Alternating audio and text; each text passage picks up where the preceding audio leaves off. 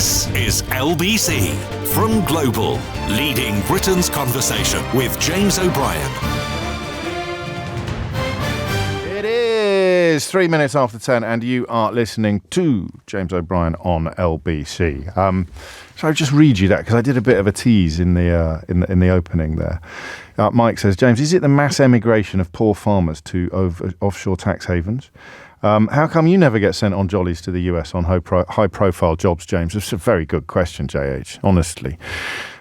It's not the Sen Cams crisis, is it? Because if it isn't, it should be. It's interesting when I say there's a dam waiting to break or there's a time bomb ticking and under the sort of fabric of the nation, how many people have actually got ideas of what it might be. Here's something with which I think everyone can agree. Joe's texted early today. Thank the Lord for James O'Brien. And we also have the question of whether or not this is going to be a conversation about bikes. And it's funny you should mention that, because I did joke yesterday, having alienated every farmer in the country in the style of Alan Partridge, I did joke yesterday that today we would be doing the pedestrianisation of Norwich city centre, which was, of course, one of Alan's most hardy perennial phone-in topics. And I opened a Daily Telegraph today. There is actually a story which you could just about describe as the pedestrianisation of Birmingham city centre. But those are the categories that we normally mock a bit for being quite open goals, if you like. It's a bit like saying, is there anybody old out there feeling poorly? Or have you ever had a parking ticket that was really unfair? Do you have a problem with immigration, but you don't mean them, the ones you know? You mean the other ones, the ones you read about in the newspapers? Those topics. It's a bit cheeky of me, a bit immature of me, but you know the kind that I mean. And they speak to a truth. They do speak to a perennial truth about the difference between what is interesting to you and to me, what is in the public interest, which is not always the same thing. In fact, I'd say probably less often than you might imagine. You've also got the question of what is interesting to me, like incredibly interesting to me, because I'm living it or I'm going through it or I have personal experience of it, may not be of interest to you. This is one of the great challenges of both journalism and empathy in general, I suppose, because you don't. How do I make you care more, for example? Let's imagine two constituencies of the population that I'm not in and that you're not in either, let's say, for the sake of argument. And they are people who use food banks and people who send their children to private school. Okay, two completely different... Oh, no, I am in the second one. Or I was until very recently. But for the sake of argument, let's just set up those two portions of the population. How on earth can anyone successfully make you care more about people like me sending our children to private school and being charged VAT than you do about people going to a food bank? I'm quite tempted to have a crack at that later in the programme. I know it's a bit meta, a bit philosophical, but it's a wonderful illustration of this relationship between what we do together every morning and what is actually important, stroke interesting. It's not always the same thing. And I'm dancing around the houses a bit on this one for two reasons. The first is that I forgot to bring the Times into the studio today, and it is on the front page of the Times that the story I'm about to turn your attention to features most prominently. And the second is because I am conscious of the dangers when we do a phone-in like the one we're about to do, of every contributor sounding the same and everybody being either 100% invested in the story or 0% invested in the story. Do you see what I mean? When we talk about care homes, and I realised some years ago, and I did what I always do when I realise something for the first time. I jumped up and down, patted myself on the head several times and completely forgot that you'd probably realised it years ago. But subjects about which you know nothing until you need to know everything. They're, if you like, the antidote to what I've just described. Because you might be 0% invested in something, but there might come a point when you need to be 100% invested in it. You might suddenly need to find the information that will allow you to find the best available care home for your beloved relative, your aged P. And similarly, you might need to find everything you can about the financial arrangements that you'll need to put in place in order to pay their bills. So if I had to, I don't have favourite territory, but subjects about which you know nothing until you need to know everything are really interesting, aren't they? 8 minutes after 10 is the time. So here is the headline. half of claims on the UK's benefit bill, half of claims for Britain's main benefit will be for poor health by the end of this parliamentary term. So keeping people who are too poorly to work in a state of some comfort, but let's be clear, not much, could hit £100 billion a year for the very first time. And the Times has a line in the second paragraph of this article, which I find simultaneously utterly predictable and somewhat surprising, because it seems to me to have been missing from a lot of the coverage. And that line is this: a post-COVID surge in claims. Now, that is a merely chronological commentary. That is simply a calendar-based contribution to the conversation.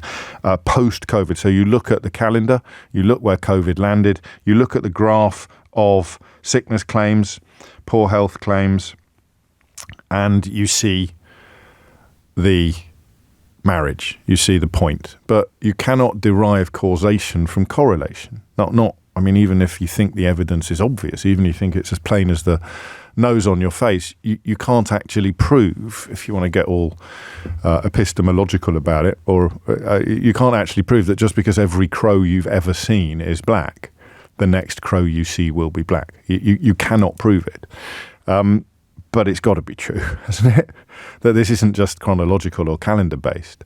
This is medical. The soaring cost of ill health is one of the main reasons why we are going to have to pay a bit more tax.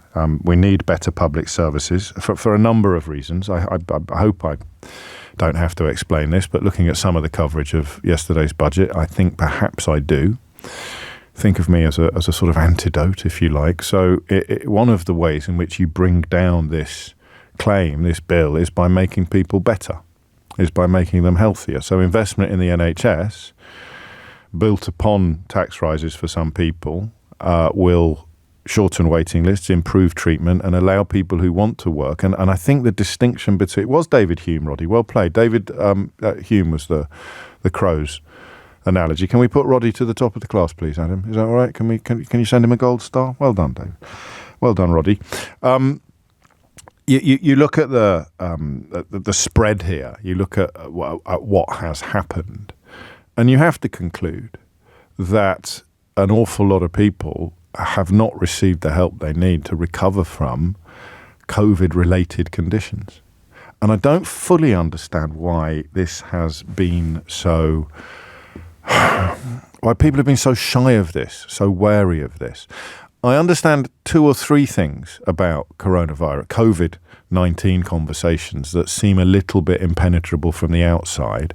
I think that an awful lot of commercial interests, most obviously landlords, were threatened almost existentially by the combination of lockdown and the subsequent popularity of working from home. So you can understand why. If you own a newspaper and you also have a lot of investments in commercial property, then the idea of a significant portion of the workforce working from home is terrifying to you because it will affect one of your income streams. And I'm not making a moral judgment about that. I think that is a perfectly logical response to a very real threat to your fortunes, plural. So I get that side of it, but I don't understand why the almost certain contribution, the almost certain and certainly epic contribution to this constituency of Brits, people who are signing on for poor health benefit payments, ignores the fact that almost every single family in this country will either contain someone or contain someone who knows someone who thinks that they have or knows that they have what could be very loosely described as long COVID. And I don't know how we test this. I don't want, and I know this makes me sound like a bit of a git, I don't want you to phone me and tell me your symptoms. All right? Sorry. Your symptoms may well come into your conversation, your contribution, but that is a little bit like saying, if you ever need to demonstrate to someone new at LBC that making the phones ring is very, very easy, you usually say to them, you would just come on air and say, is there anybody old out there feeling poorly? And boom, your phones go off like a firework display.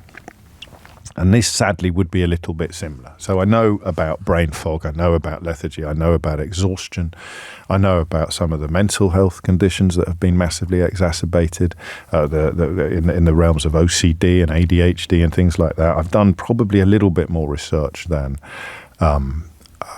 your average journalist who's not on the health brief. And I don't know why it's not talked about more. And that's my first question. Why do you think it's not talked about more? 0345 6060 And I think, and again, I will withdraw this if it's a mistake.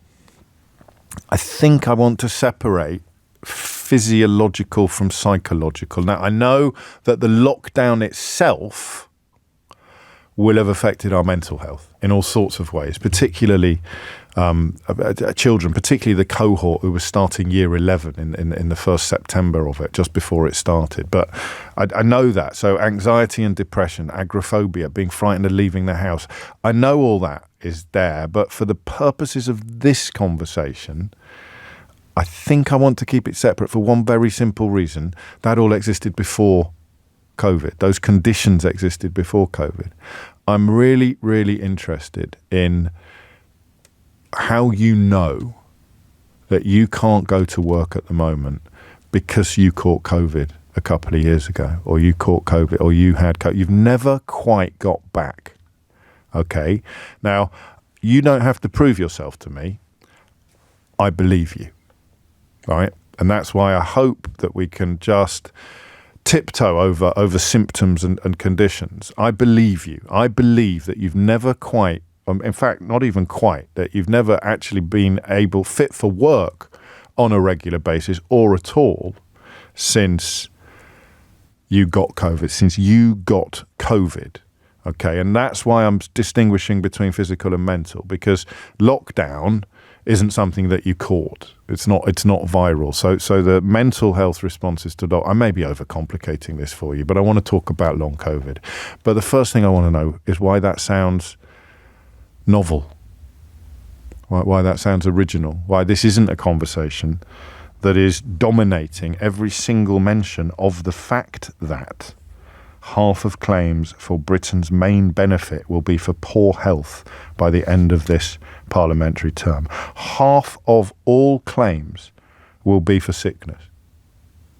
Now, look, there are other factors. There are lifestyle factors. There are obesity conditions. There's diabetes. There's strokes, heart attacks, and some of those may be linked to COVID and some of them may not. But I'm not necessarily talking about them.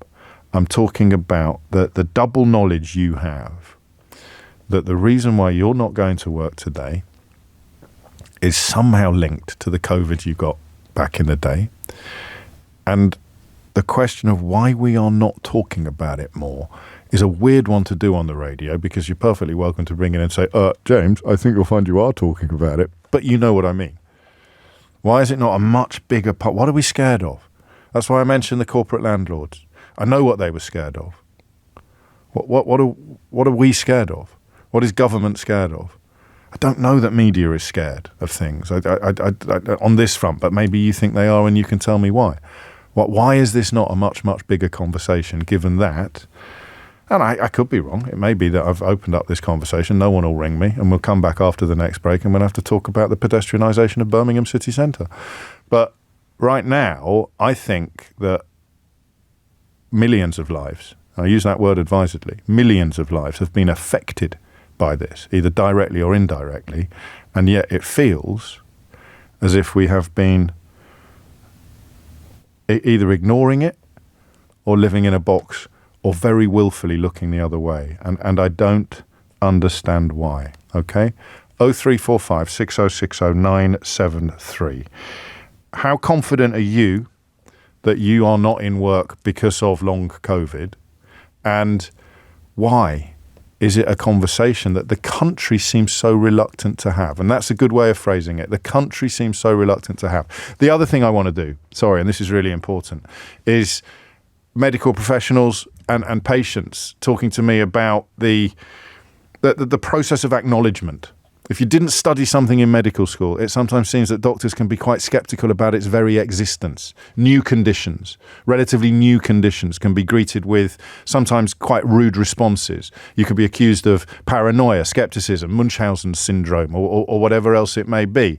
So I want to hear that from both sides of the fence. Doctors who can't believe we're not having the conversation more, and patients who can't believe how blind their doctors are, how unreceptive their doctors are to what you consider to be the obvious evidence, the obvious case. So is it keeping you from work? 0345 6060 973.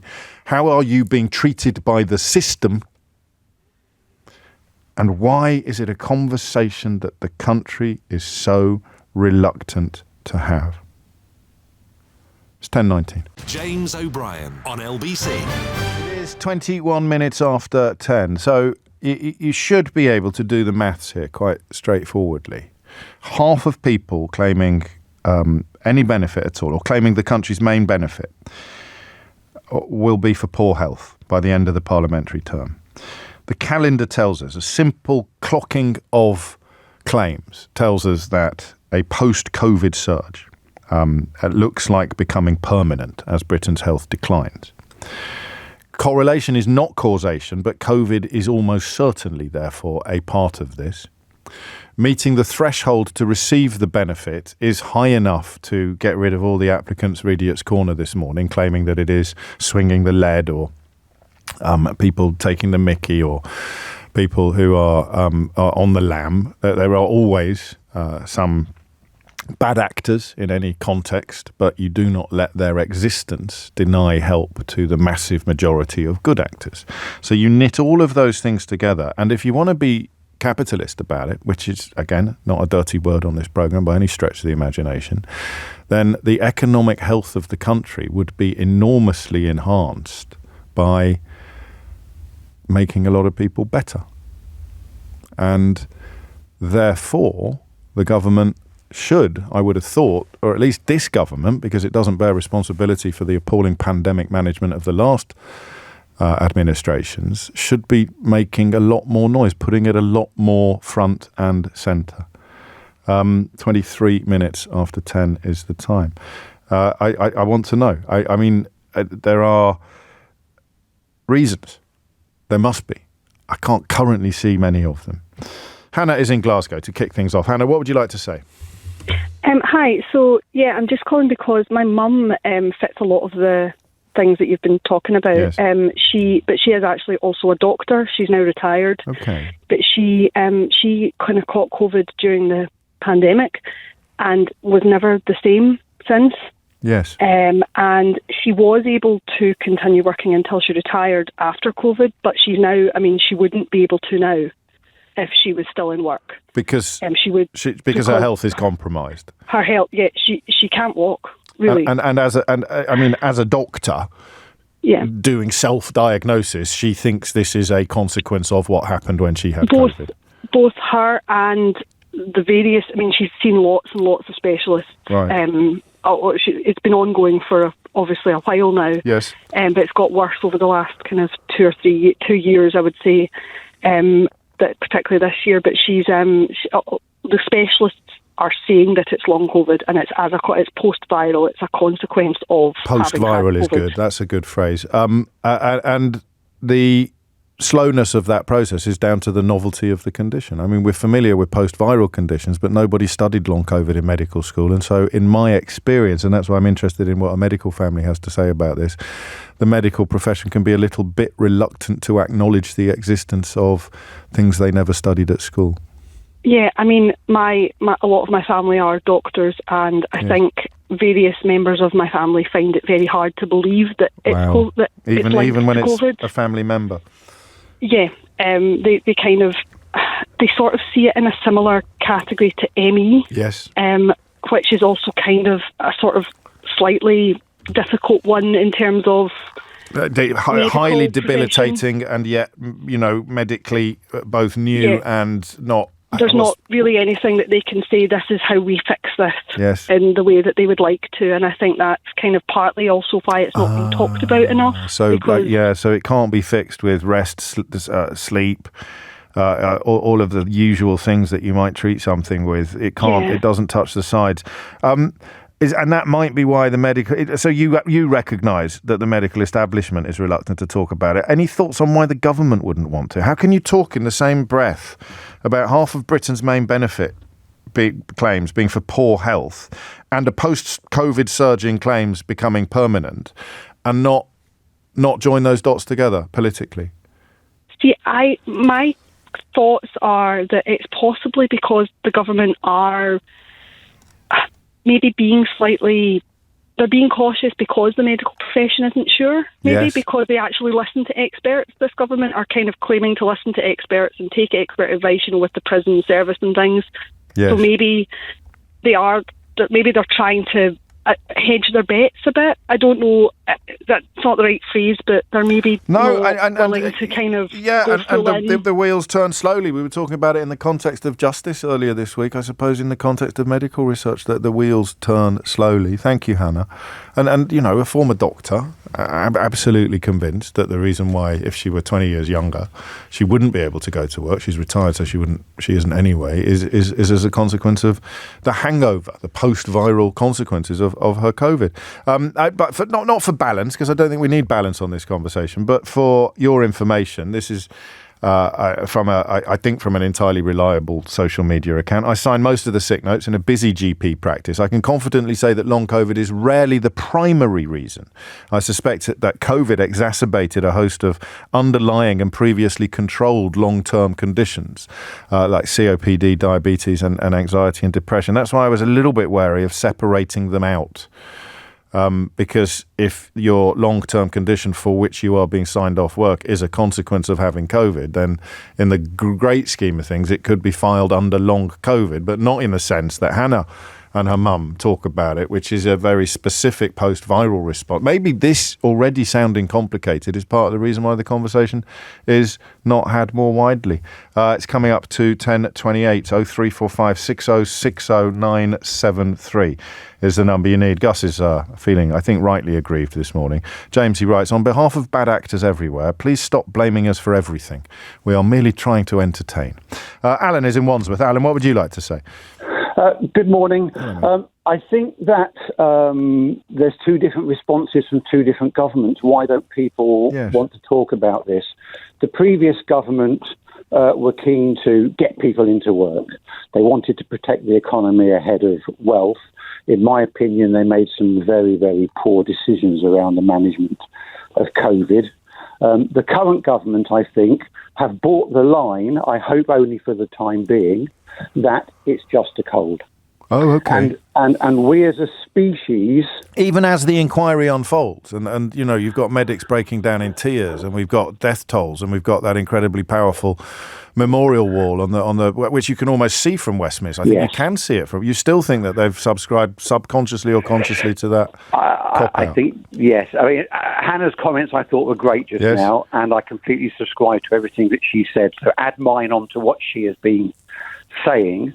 But we as a species, we don't like change. We don't like looking at our long-term... We don't like making assessments of risks about our long-term health impact. Otherwise, none of us would eat sugar and none of us would smoke. Yeah. It's survivor bias. So out of sight is out of mind. I haven't got it. It's not affecting me. And therefore, let's all crack on. Cold. Well, but at which point, though, half of claims for Britain's main benefit, and they're not all going to be long COVID. I don't want anyone to go away with that for even a nanosecond. But at what point does the calculation or the mathematics demand that they start paying more attention to it? I think probably soon after this phone-in of yours, I rather hope. I think you're giving us a little bit more heft there, Alan, than we enjoy. Can I ask what your angle is on it? What's your sort of point of interest? I'm desperate for the government to learn about this and to change. I believe this is a mass debilitating event for society, and it's the post-acute sequelae. It's not the impacts of the actual illness when you get it, bad as that is for many people. it causes there is almost. I've researched this since it first came out. I couldn't understand why in August 2020 people were being reinfected with it, because textbook viruses that doesn't happen according to textbooks and viruses.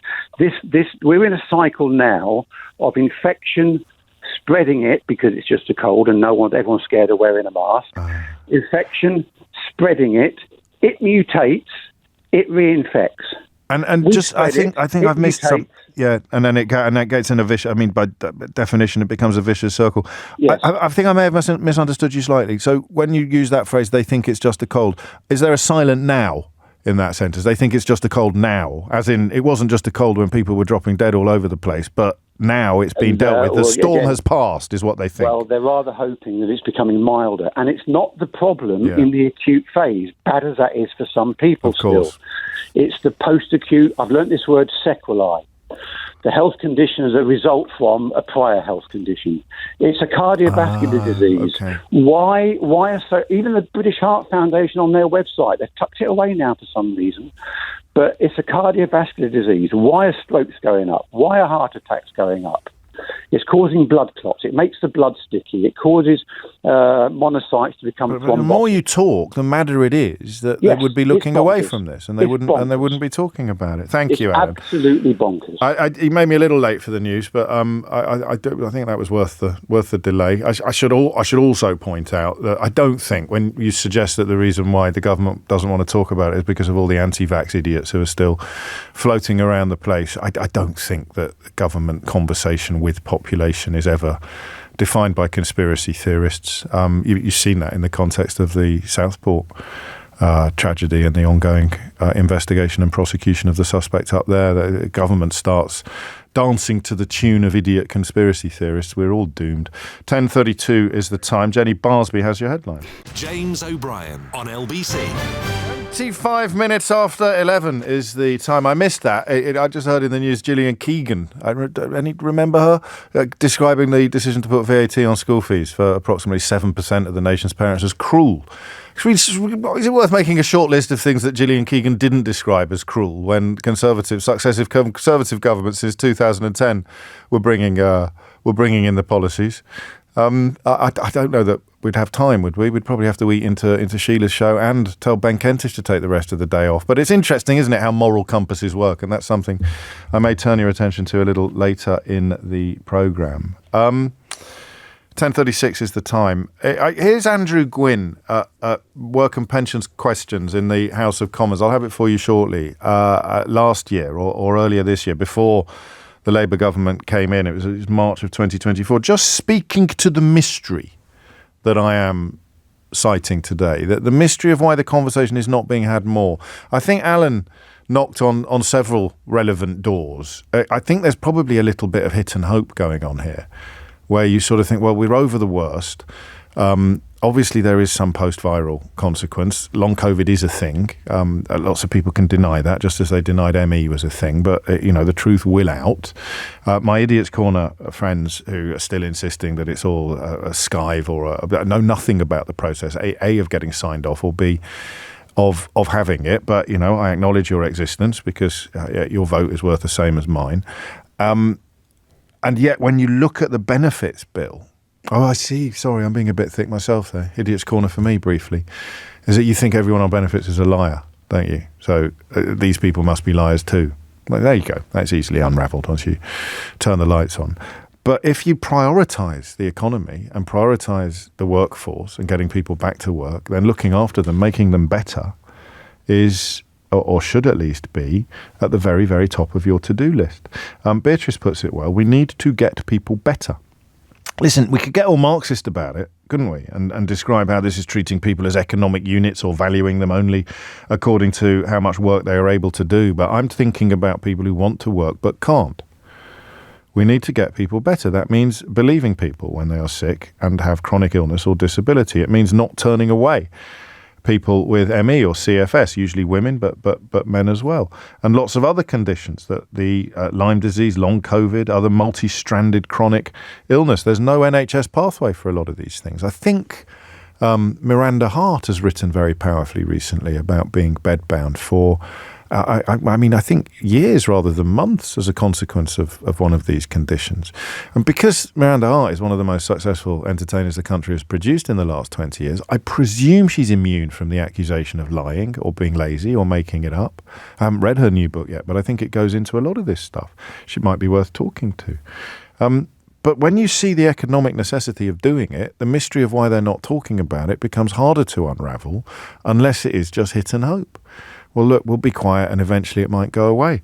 So when you read that the post-COVID surge in sickness benefit claims is likely to become permanent, it's probably time to realise that that plan isn't working. Rosamond is in Lewisham. Rosamond, what would you like to say? Hello, James. Hello, How Rosamond. are you? Very well. I realised at the beginning that this was a problem in January 2020 when I got a phone call from a hospital and a very senior medic told me that people who were getting COVID at that time had very similar symptoms to my late daughter. Oh, Rosamond, I thought it might be you, but I didn't want to impinge by asking. So you've been in the news as well yourself lately after the government apologised to you over Ella's death and its link to air pollution. And as you know, you're in our thoughts all the time, but you're in our thoughts particularly yesterday. Thank you. No, thank you. So, I just want to solve some of your problems. So yes. I've come up with some of the solution. I deal with children, as you know, and obviously they don't claim benefits, but I was alarmed by the amount of children that had not returned to school since COVID. Yes. So what I managed to persuade the Mayor of London to do, and I hope I'm not revealing a secret, is to put air filtration into all London schools.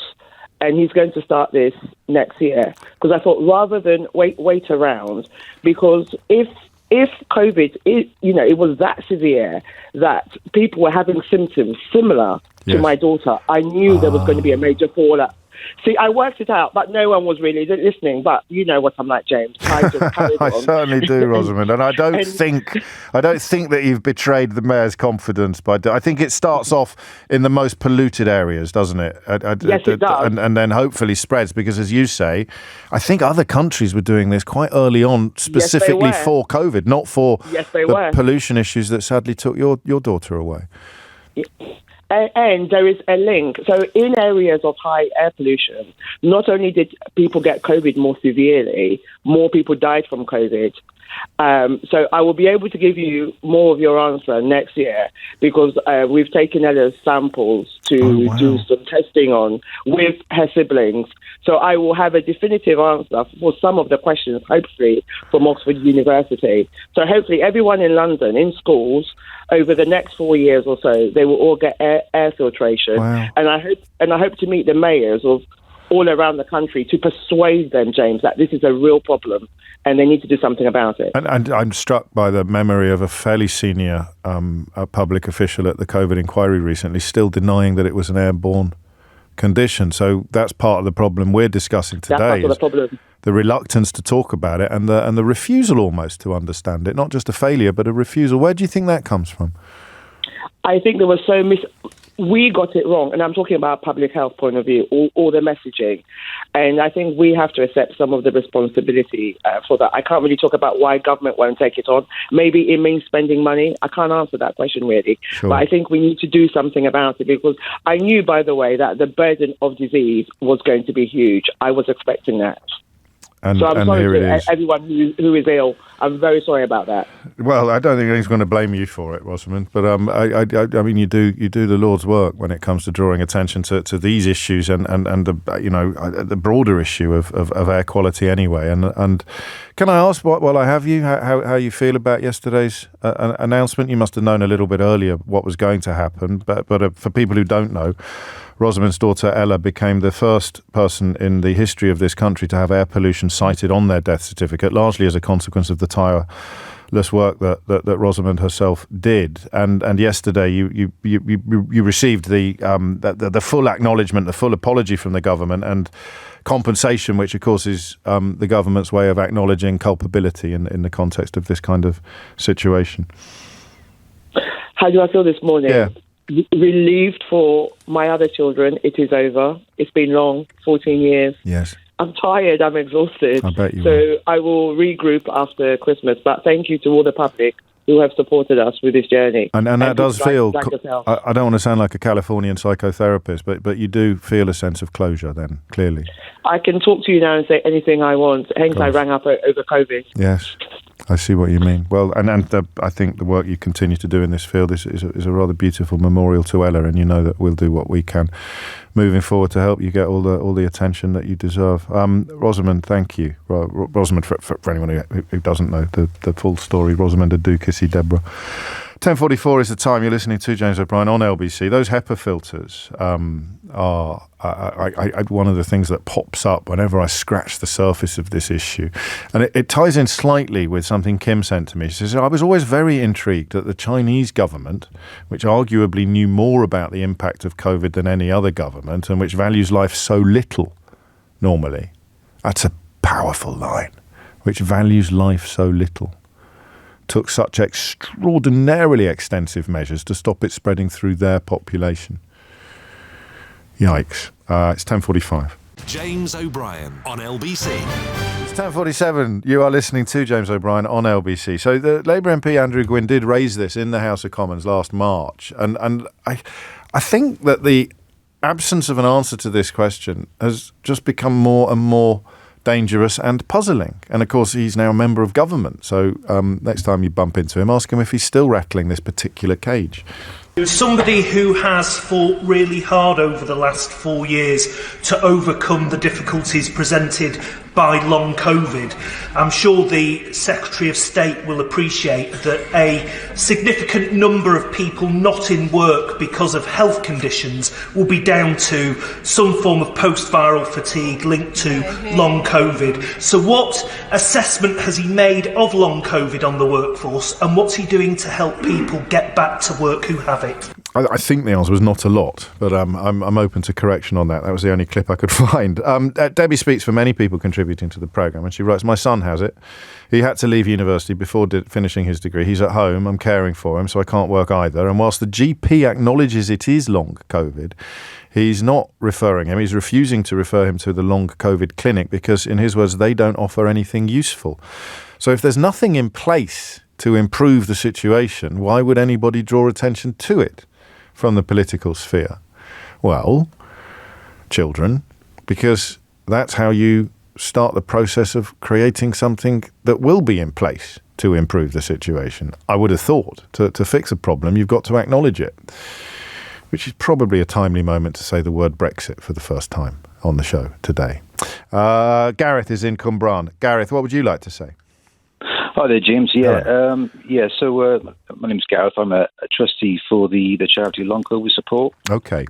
So this is something that's very sort of upfront in our minds at the moment. Clearly. So this I have to say there's probably quite a lot of facets to this. I think. Shall I ask you questions rather than expecting you to sort of regurgitate all of the stuff you know, because you probably know more about it than I do?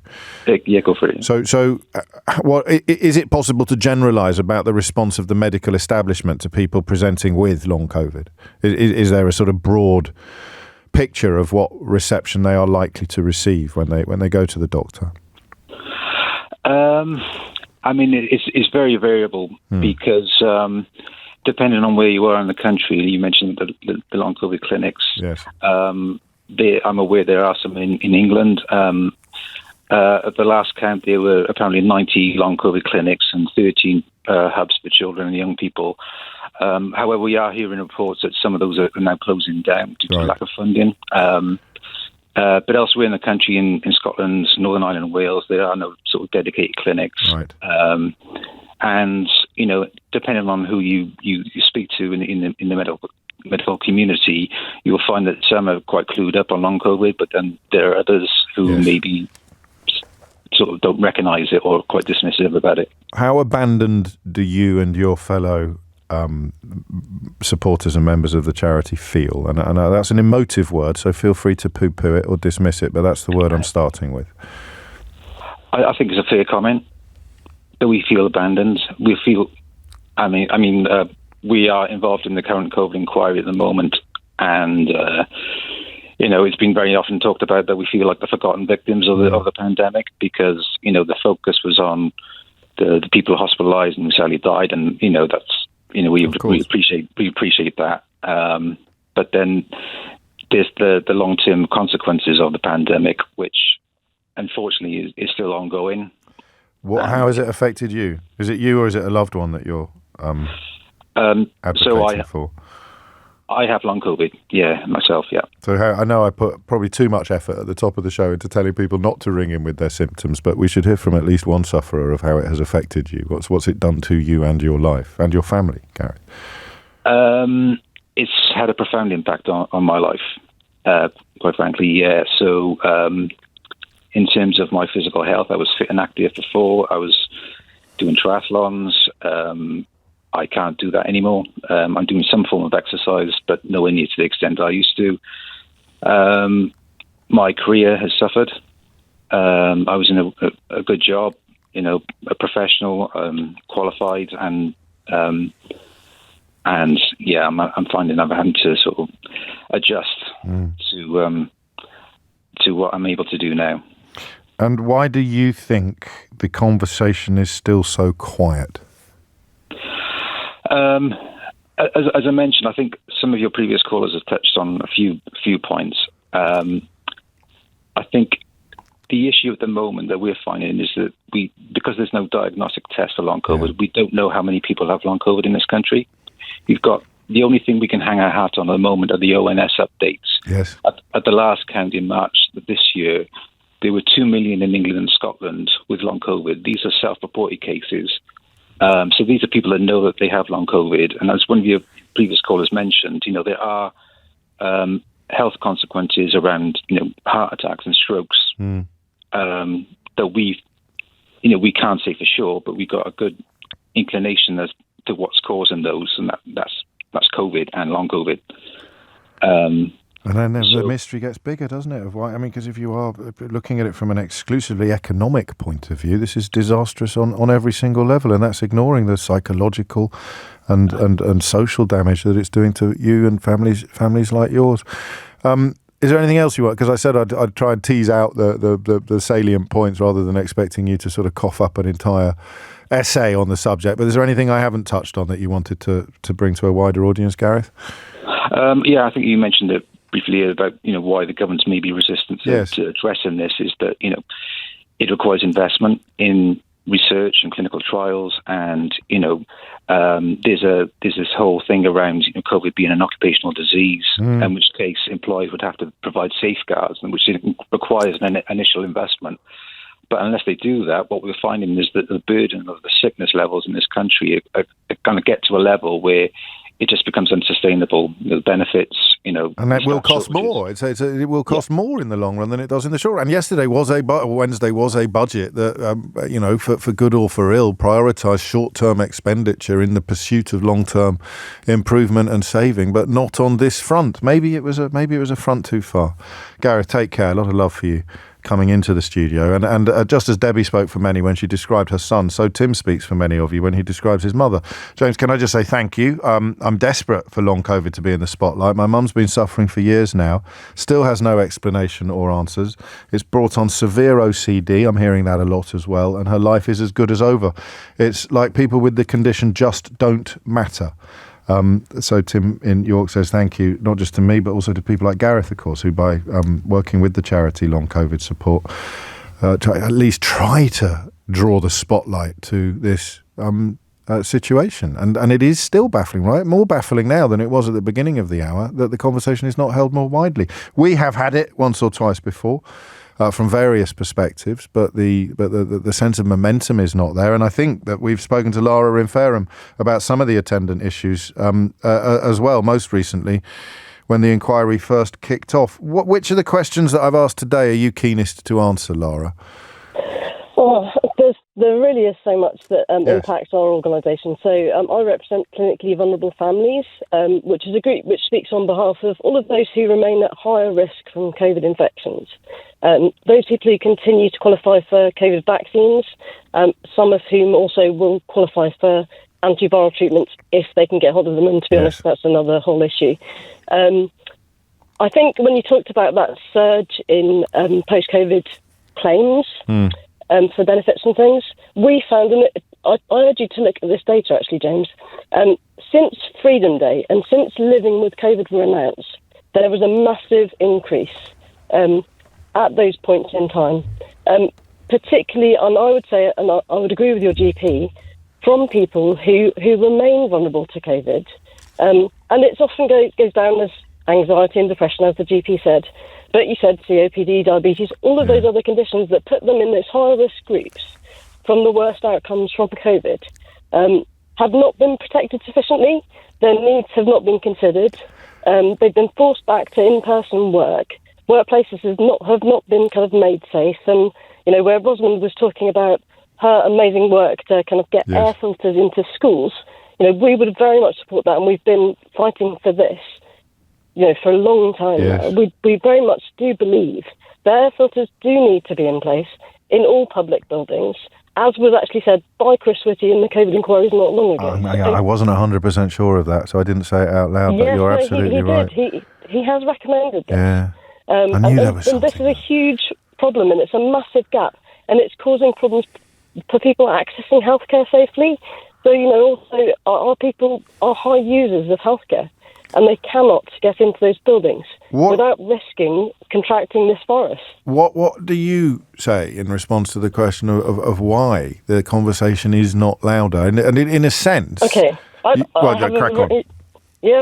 a very kind of sort of clear view on this. Good. There's a post-pandemic trauma that has been experienced by everyone in the country. And we see it. We see it, and as our members go around and they wear masks because they have to continue to protect themselves because nobody is protecting them. Yes. And so they have to take personal responsibility, as the government told us.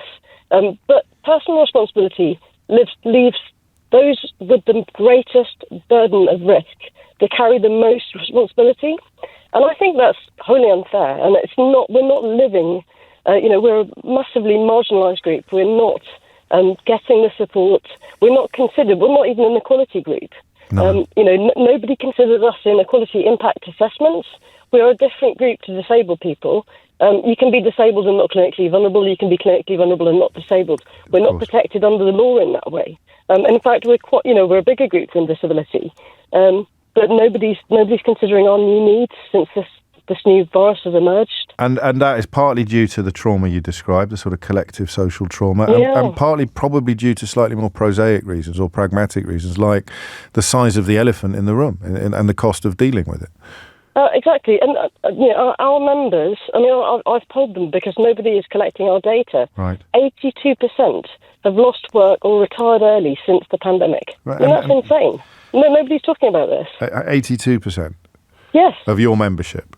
Yes, lost work. Not necessarily. Some of them may have returned back to work, but at some point they have lost earnings and a huge, or lost jobs. And that will be a large part, or rather, a large part of that will be people who are also signing on for benefits to get them through those periods of inactivity. Exactly, and actually, some of that lost work will have been from people who live in households with clinically vulnerable people as well. So we're clinically vulnerable families because it affects the entire household. It's not just that one person who's at risk. The household has to manage their risks. Indeed. Laura, I mean, crikey, the burdens you bear, and Gareth and almost everybody else who's contributed to this programme, and it's one of those really weird conversations from my point of view where that you sort of sometimes think that I don't make it worse for people like Laura and Gareth and everyone else who's contributed, but for those of us who just have the luxury of wondering and worrying, the more you talk about it, the bigger the wonder and the worry become. So imagine what it's like if your whole life is in the balance as a consequence of this continuing silence. Answers on a postcard, please, for what the hell we can do about it. I don't even know which part. I suppose Wes Streeting in the first instance would be somebody who might be worth buttonholing. I do see him occasionally in the lobby. It's 11 o'clock. James O'Brien on LBC. It is 4 minutes after 11, and I wonder whether the next conversation I want to have could be sort of philosophically filed in a similar place to the one that we've just had. It's a conversation that we kind of know we should be having, and yet are not having nearly enough. Have you seen any of the photographs or footage from Spain? where floods are now, and this would have been written last night, so the number has almost certainly gone up since this headline was written. The number of people known to have been killed in floods in Spain has risen to 158. It has become the worst natural disaster in the country's collective memory. 3 days of mourning underway. The army, backed by hundreds of civil protection officers, are, and forgive me, you may find the next sentence disturbing, searching for bodies in stranded cars and the basements of flooded buildings. Scores of people still missing, which is why I say with grim confidence that death toll is certain to have risen since this article was written yesterday evening. On Tuesday evening in Valencia, the equivalent of a year's rain fell in 8 hours. Whew. And I've no doubt if you flick over now to the broadcaster that was fined £100,000 yesterday for blatant bias and impartiality, there'll be someone banging on about how climate change is a hoax and net zero is a con. The same people actually have been sending me messages about vaccines for the last hour, and almost certainly the same people who were tempted to go and set fire to asylum seekers in their hotels during what a lot of people call the Farage riots. It's mad, isn't it, that Venn diagram? I don't understand it. And I haven't got the energy or the appetite at the moment to explore it further. But why have those three things got such a huge crossover, do you think? Something about not liking hard work, I don't want to think about things. I don't know. It's not what we're going to talk. Well, we are in a way going to address that today. Sheila asked a brilliant question the other day about whether or not the scenes in Spain altered the way in which you thought about climate change protesters. Just stop and think. If you weren't listening to just stop and think about that for a minute, because it's a brilliant question. Because the reason I love that question is it's like if you're familiar with boxing parlance, and obviously I'm not, so I'm almost certainly getting it wrong. It's like a 1-2. So you get a quick slap round the chops with the first question, and you sort of go, no, I still think they're a bunch of idiots. And then you actually stop it. Well, hang on a minute. This is precisely the sort of thing that they're warning us about, isn't it? This is what they believe, that if we as a population don't wake up soon and take massive, massive, massive measures to address climate change, then scenes like the ones in Spain will become commonplace. They will become normal. I remember watching that Al Gore film years ago. Did I get to interview him? I think I must have got to interview. You know what my memory's like these days. We had a mystery hour question this week about holes in cheese. Should have a mystery hour. Well, we did do the one about memory as well, didn't we, actually? I think I interviewed Al Gore, and I think that because I was interviewing Al Gore, I went to see his film. And look, it wasn't Gladiator. I'm not going to... It worked as a film. I mean, it kept you engaged. You came away with a lot of information, but you don't always hang on to it, do you? You don't always... come out of a film full of information or come out of Mystery Hour full of knowledge, and then 2 hours later people will ask you what it was that you learnt and you can't remember. But I do remember The Inconvenient Truth, it was called. Thank you, David. There was a mayor, a very sort of... Is redneck a very rude word? I don't want to be unnecessarily or unintentionally rude, but so what would be a milder way of saying redneck? A very traditional... He reminded me a bit of Boss Hogg out of the Dukes of Hazzard. He was like a mayor of a very traditional town, a Republican, very Republican. It's happening at 11 o'clock every day this week. I get a little tickle in the back of my throat, and it's gone by 1:15. So please bear with me while I'm not gulping tea, Seema, you cheeky madam. I'm trying to deal with a tiny little tickle in the back of my throat. You can tell when it's that time of year, because I start wearing my scarf in the studio, which makes me look like a bit of a weirdo, but it's better than breaking down with this weird little irritating tickly cough all the time. There we go, that should deal with it. Can we clip that noise up, please, Adam? People might want it as a ringtone. I remember this guy because he saw it, hillbilly, is that a bit? Well, he wasn't a hillbilly. Anyway, it doesn't matter what we're going to call him. Just think of Boss Hogg out of the Dukes of Hazzard, like a modern-day Robin Hood. And he just explained the commercial wisdom of doing everything they possibly could to mitigate against flooding. How many? Do you notice this like I do? I feel like the kid in The Sixth Sense sometimes, except it's patterns that I'm seeing, not dead people. Oh, spoiler alert. I feel this sense of short-term investment for long-term benefit seems to underpin so many of the conversations that we're having at the moment. Possibly because it's what typifies this Labour government as different from the last several Tory governments. They might mess it up violently. They might mess it up appallingly. I think Rachel Reeves has been taken by surprise slightly by the gilt market's response to her budget. But read experts, have a look at Ed Conway at Sky or Faisal Islam at the BBC and come to a full and proper understanding of the issues. Don't rely upon the idiots who told you Liz Truss was a genius when they're telling you that Rachel Reeves has explored or fallen into similar territory. It's just not true. But that idea of spending money now to save a fortune in the future was relevant to the conversation about long COVID. It's relevant to the conversations about NHS spending. It's relevant to almost all public sector spending, all infrastructure spending. It costs a lot of money now. It's like the opposite of austerity. We need to save a lot of money now. Please don't think about what the long-term consequences of it will be, whether it's shutting down Sure Starts or not fixing up hospitals. Don't just shut up about the long-term consequences. And of course, Tories can do that because they will either be fine or they will be held afloat by the support of people who won't be fine but have had their brains so boiled by immigration, anti-vax, I don't know, whatever nonsense conspiracy theory is out there today. Their brains have been so boiled that they end up voting for the people who are taking stuff away from them. Healthcare, education, Sure Start centres, whatever it may be. Environmental measures, net zero. Oh, down with that sort of thing. Says almost nobody with any qualifications whatsoever in the field. But here's a bloke from the Daily Telegraph with none who's adamant that this is where Brexit started. I know you think I bring it into everything, but this is actually where Brexit started. When I was researching my first book and trying to find out why people who were talking abject and provable nonsense were being platformed on the BBC most obviously, and of course everywhere else inevitably, it almost all roads led to climate change. I wrote something once that I remain improbably proud of. I wrote something once about, imagine if Galileo Galilei had come up with his theory of the universe, using Copernicus's work with telescopes, using his actual eyes, using the evidence of his eyes and his ears. Galileo Galilei appeared on LBC to explain that actually the Earth revolves around the sun. It's not the other way around. And imagine if Galileo Galilei had an iPhone. And now, I'm imagining someone who's just tuned into the programme and the first thing they heard was me saying, imagine if Galileo Galilei had an iPhone.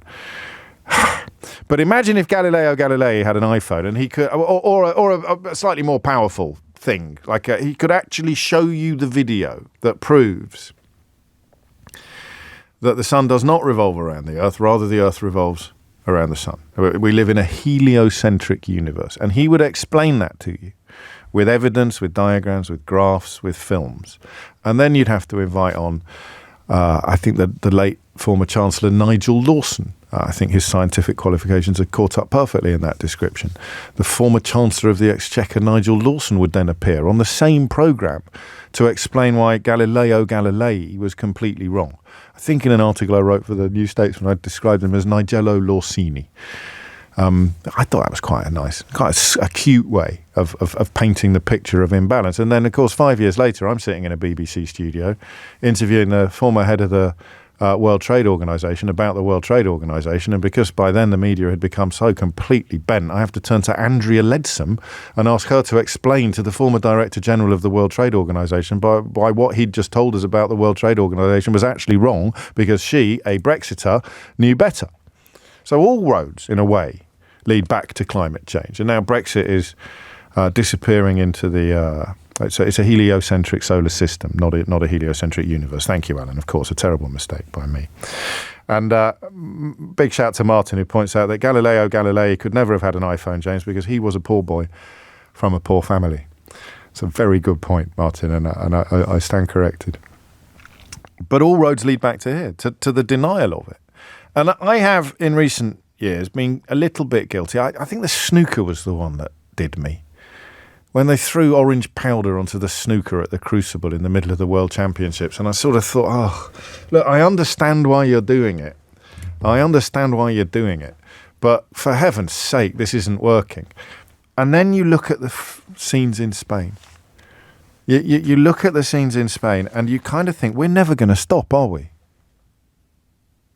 We're never going to do it. Spain could have spent, over the last 10 years, on measures that would have massively mitigated. So could New Orleans, that would have massively mitigated the reality that they're facing this week, the tragedy that they're facing this week. Roads cut off, railway services non-existent.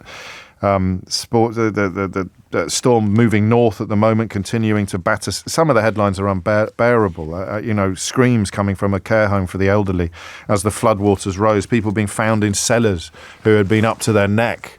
And I presume the reason you go into a cellar, even though you're up to your neck in water, is because it minimises your risk of being hit over the head with a falling roof beam or similar. Elderly were screaming for help as waters rose. And the scenes of cars. You know when you watch a Hollywood movie and the cars are what they use to demonstrate to you the force of the explosion. More than the people, it's the cars. It's the cars that are bouncing around like matchboxes.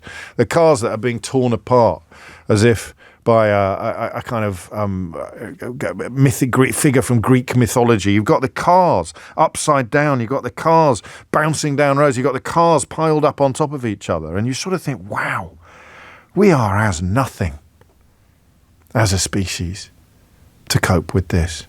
We are like, what are we like? We're like matchsticks in the wind. But we can do a hell of a lot more. And we don't. So, what's the question? I mean, I'm going to nick Sheila's question in the first instance.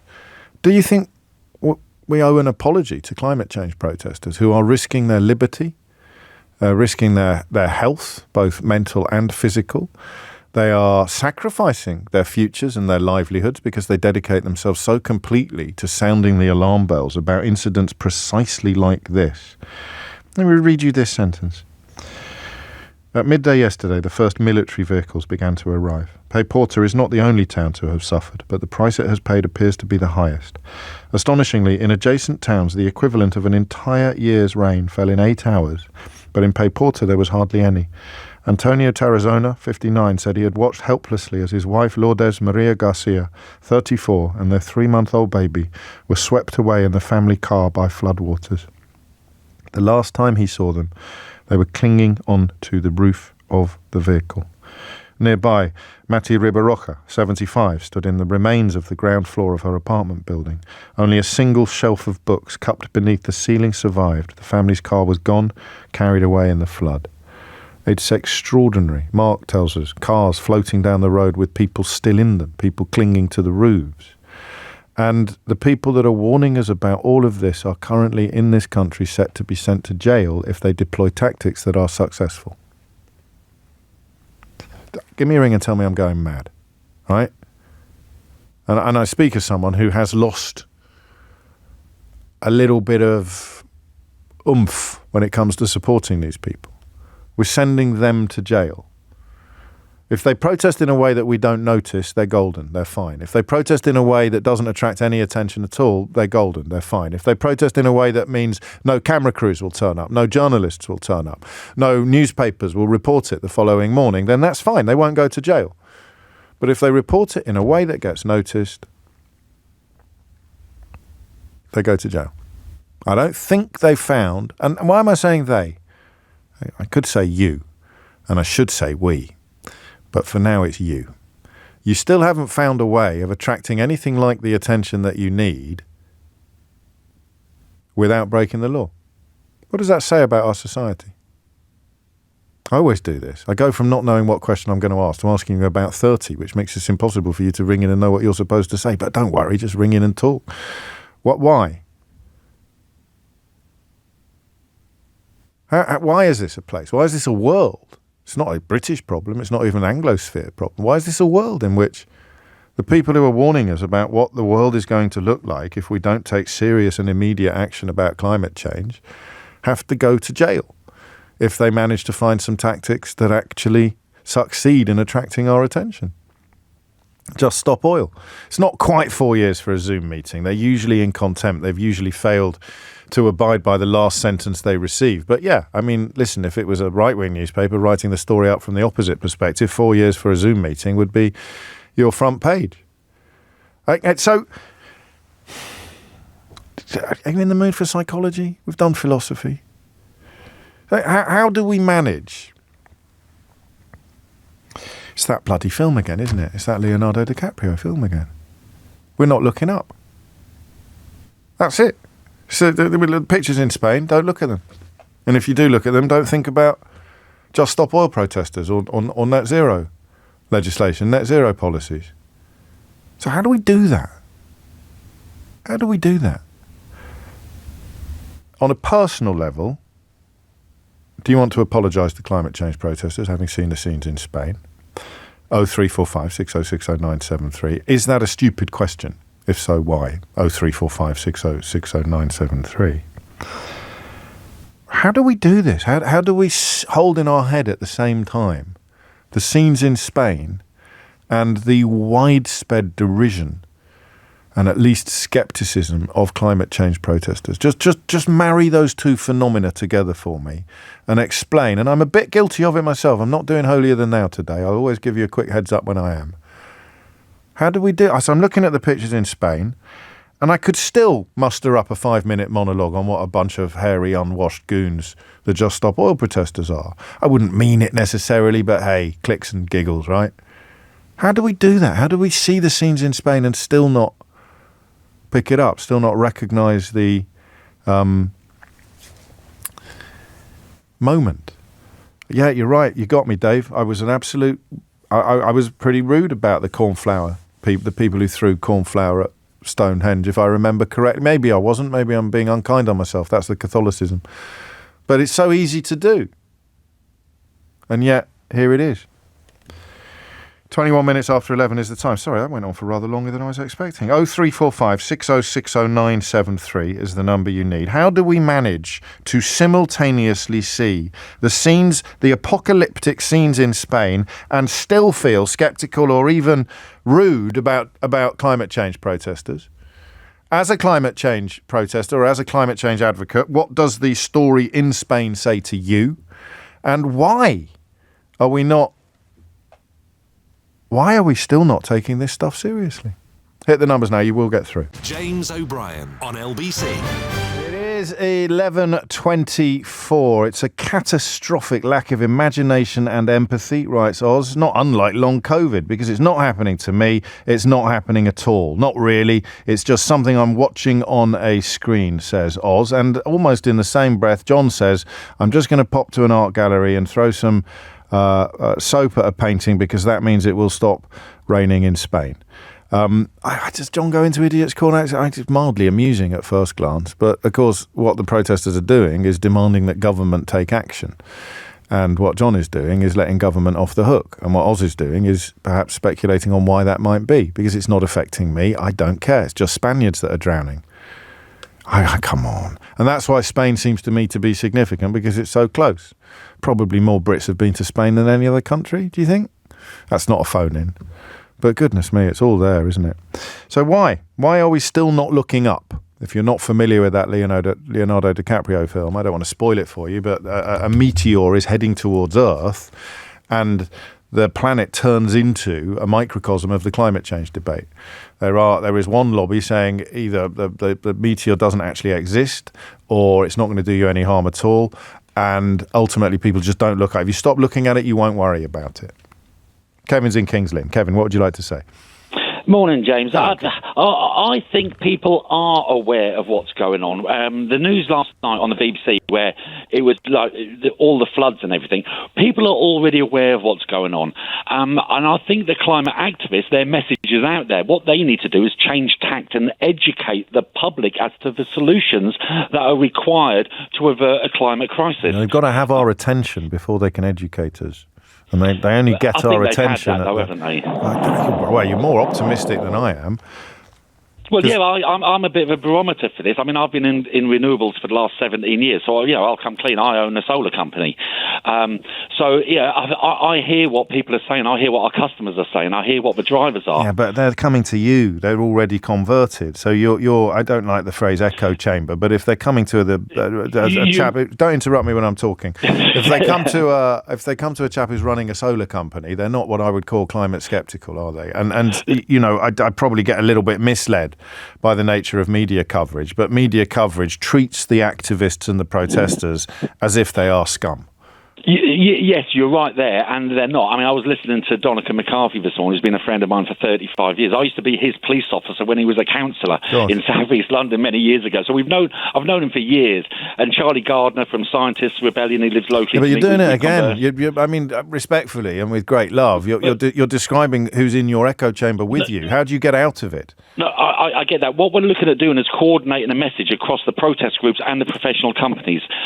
We are the solution. The private sector here is the solution. We've got the tools, we've got the equipment that people can decarbonise, get rid of 80% of their energy bills, get rid of 2 tonnes of carbon a year.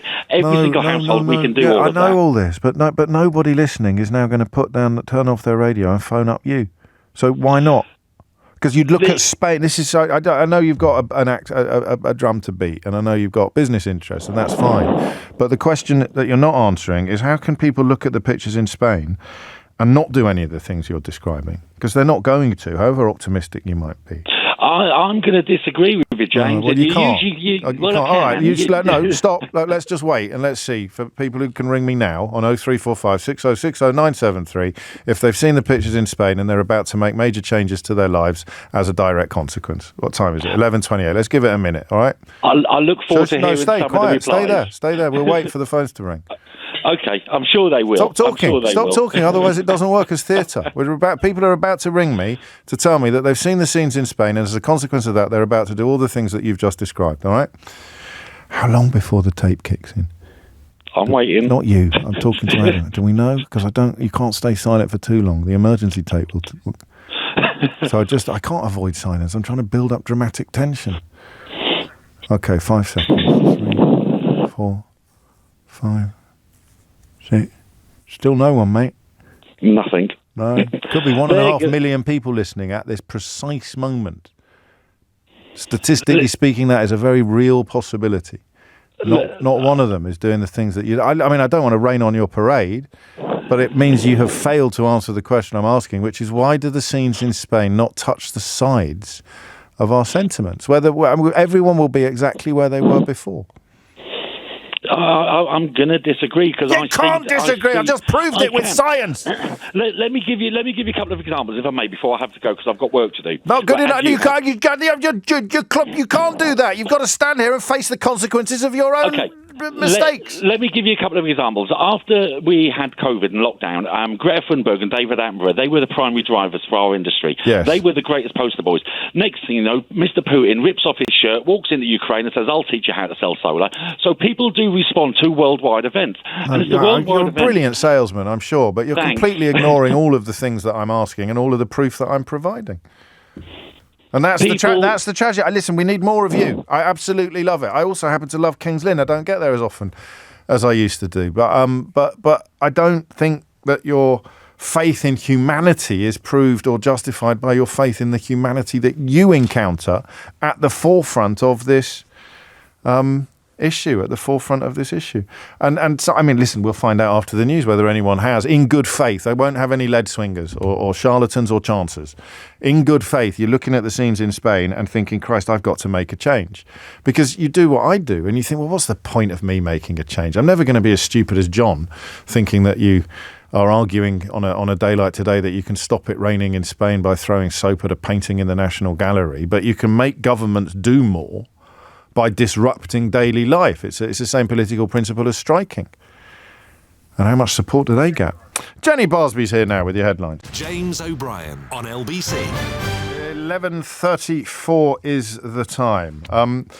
The switchboard has picked up. There are a few more calls waiting than there were before, but whether or not they're all here to support Kevin's claim that watching the scenes in Spain unfold will profoundly and permanently change the way in which you approach climate change. Only time will tell. I don't buy it. What would it take?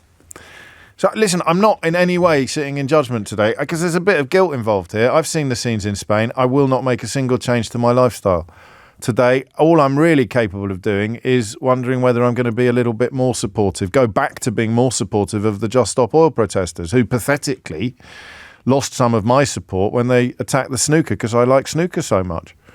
And all they had to do was hoover the table.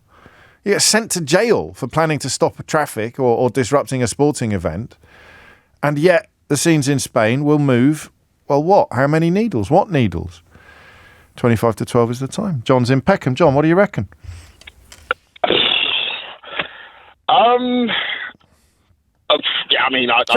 Just to clarify, John, you did ring me, did you? You weren't just walking past a phone box on Peckham High Street and it was ringing and you thought, I'll just answer that and see who it is. And then some blowhard on the radio is asking you a difficult, because you sound as if I took you by surprise. No. I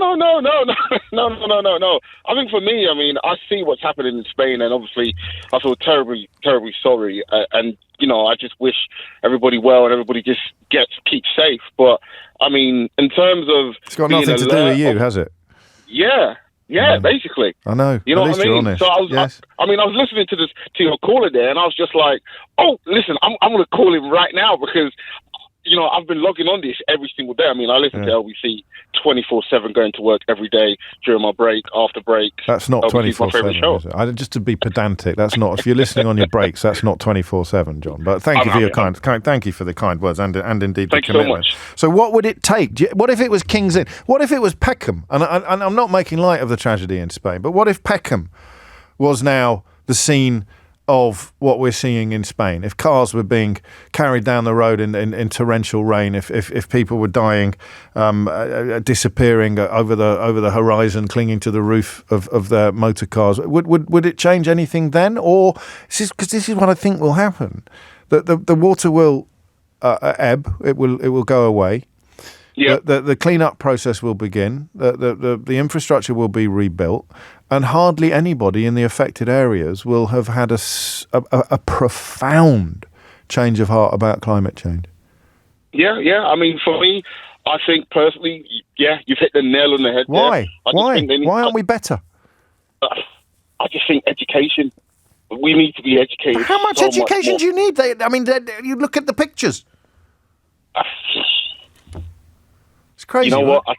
I think I need to have more of a think about this one and come back to you. No, you don't. This is the point. I can't answer the questions either. I really can't. And if you do, John, make me a promise. Yeah, if you do ever, if I know that we don't really have phone boxes anymore, but if ever you are walking past a phone box and it's ringing, then do answer it because it might be me. I will do, sir. Thank I will you. do. I've always been intrigued by that. Isn't there a great film once? Is it Colin Farrell? Is it? Anyway, I digress. Why? What would it take? What is going on here? Is it just proof that Leonardo DiCaprio film was a perfect study of human nature? It doesn't matter how obvious the threat is. Something about our species will persuade us to pretend that it is not. Right up until the point. It's almost as if another one of my godsons, I've mentioned quite a few of them this week, used to sing this little song about water rising. He's in a flood. And I always remember he used to get to the bit where he'd go, oh, heck, it's up to my neck.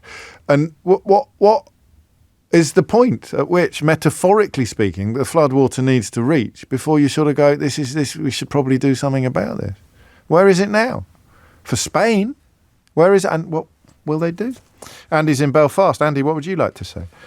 Hi there, James. Hello. Yeah, just a quick note. You were asking the question, why aren't we sort of responding differently? Well, the psychologists call it risk blindness. Go on.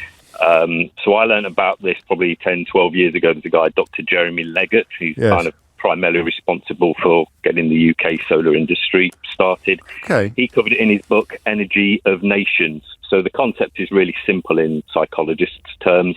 You're confronted with potential catastrophe, but it will require to avert it sort of fundamental changes to lifestyle, sort of tax, etc., or you carry on as business as usual. And generally speaking, humans go for the business as usual because of this concept of risk blindness. So they basically ignore the obvious, ignore the science, ignore the facts, just continue for a spike because it's easy to just park the risk. And it's the opposite, isn't it? If it ain't broke, don't fix it psychology, because it's essentially saying if it is broke, ignore it. yeah. But your mention of the film Don't Look Up, I mean, It is the perfect analogy of where we're at right now. I mean, the whole thing from beginning to end is pretty much probably the way this thing is going to play out, I would argue. So would there be like a tiny number of humans left on the highest mountains with all the money?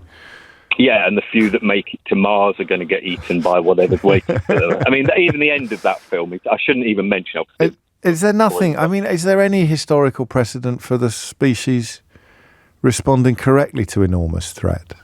Well, the analogy that Dr. Jeremy Leggett would use I'm going to look into this. Is the war footing.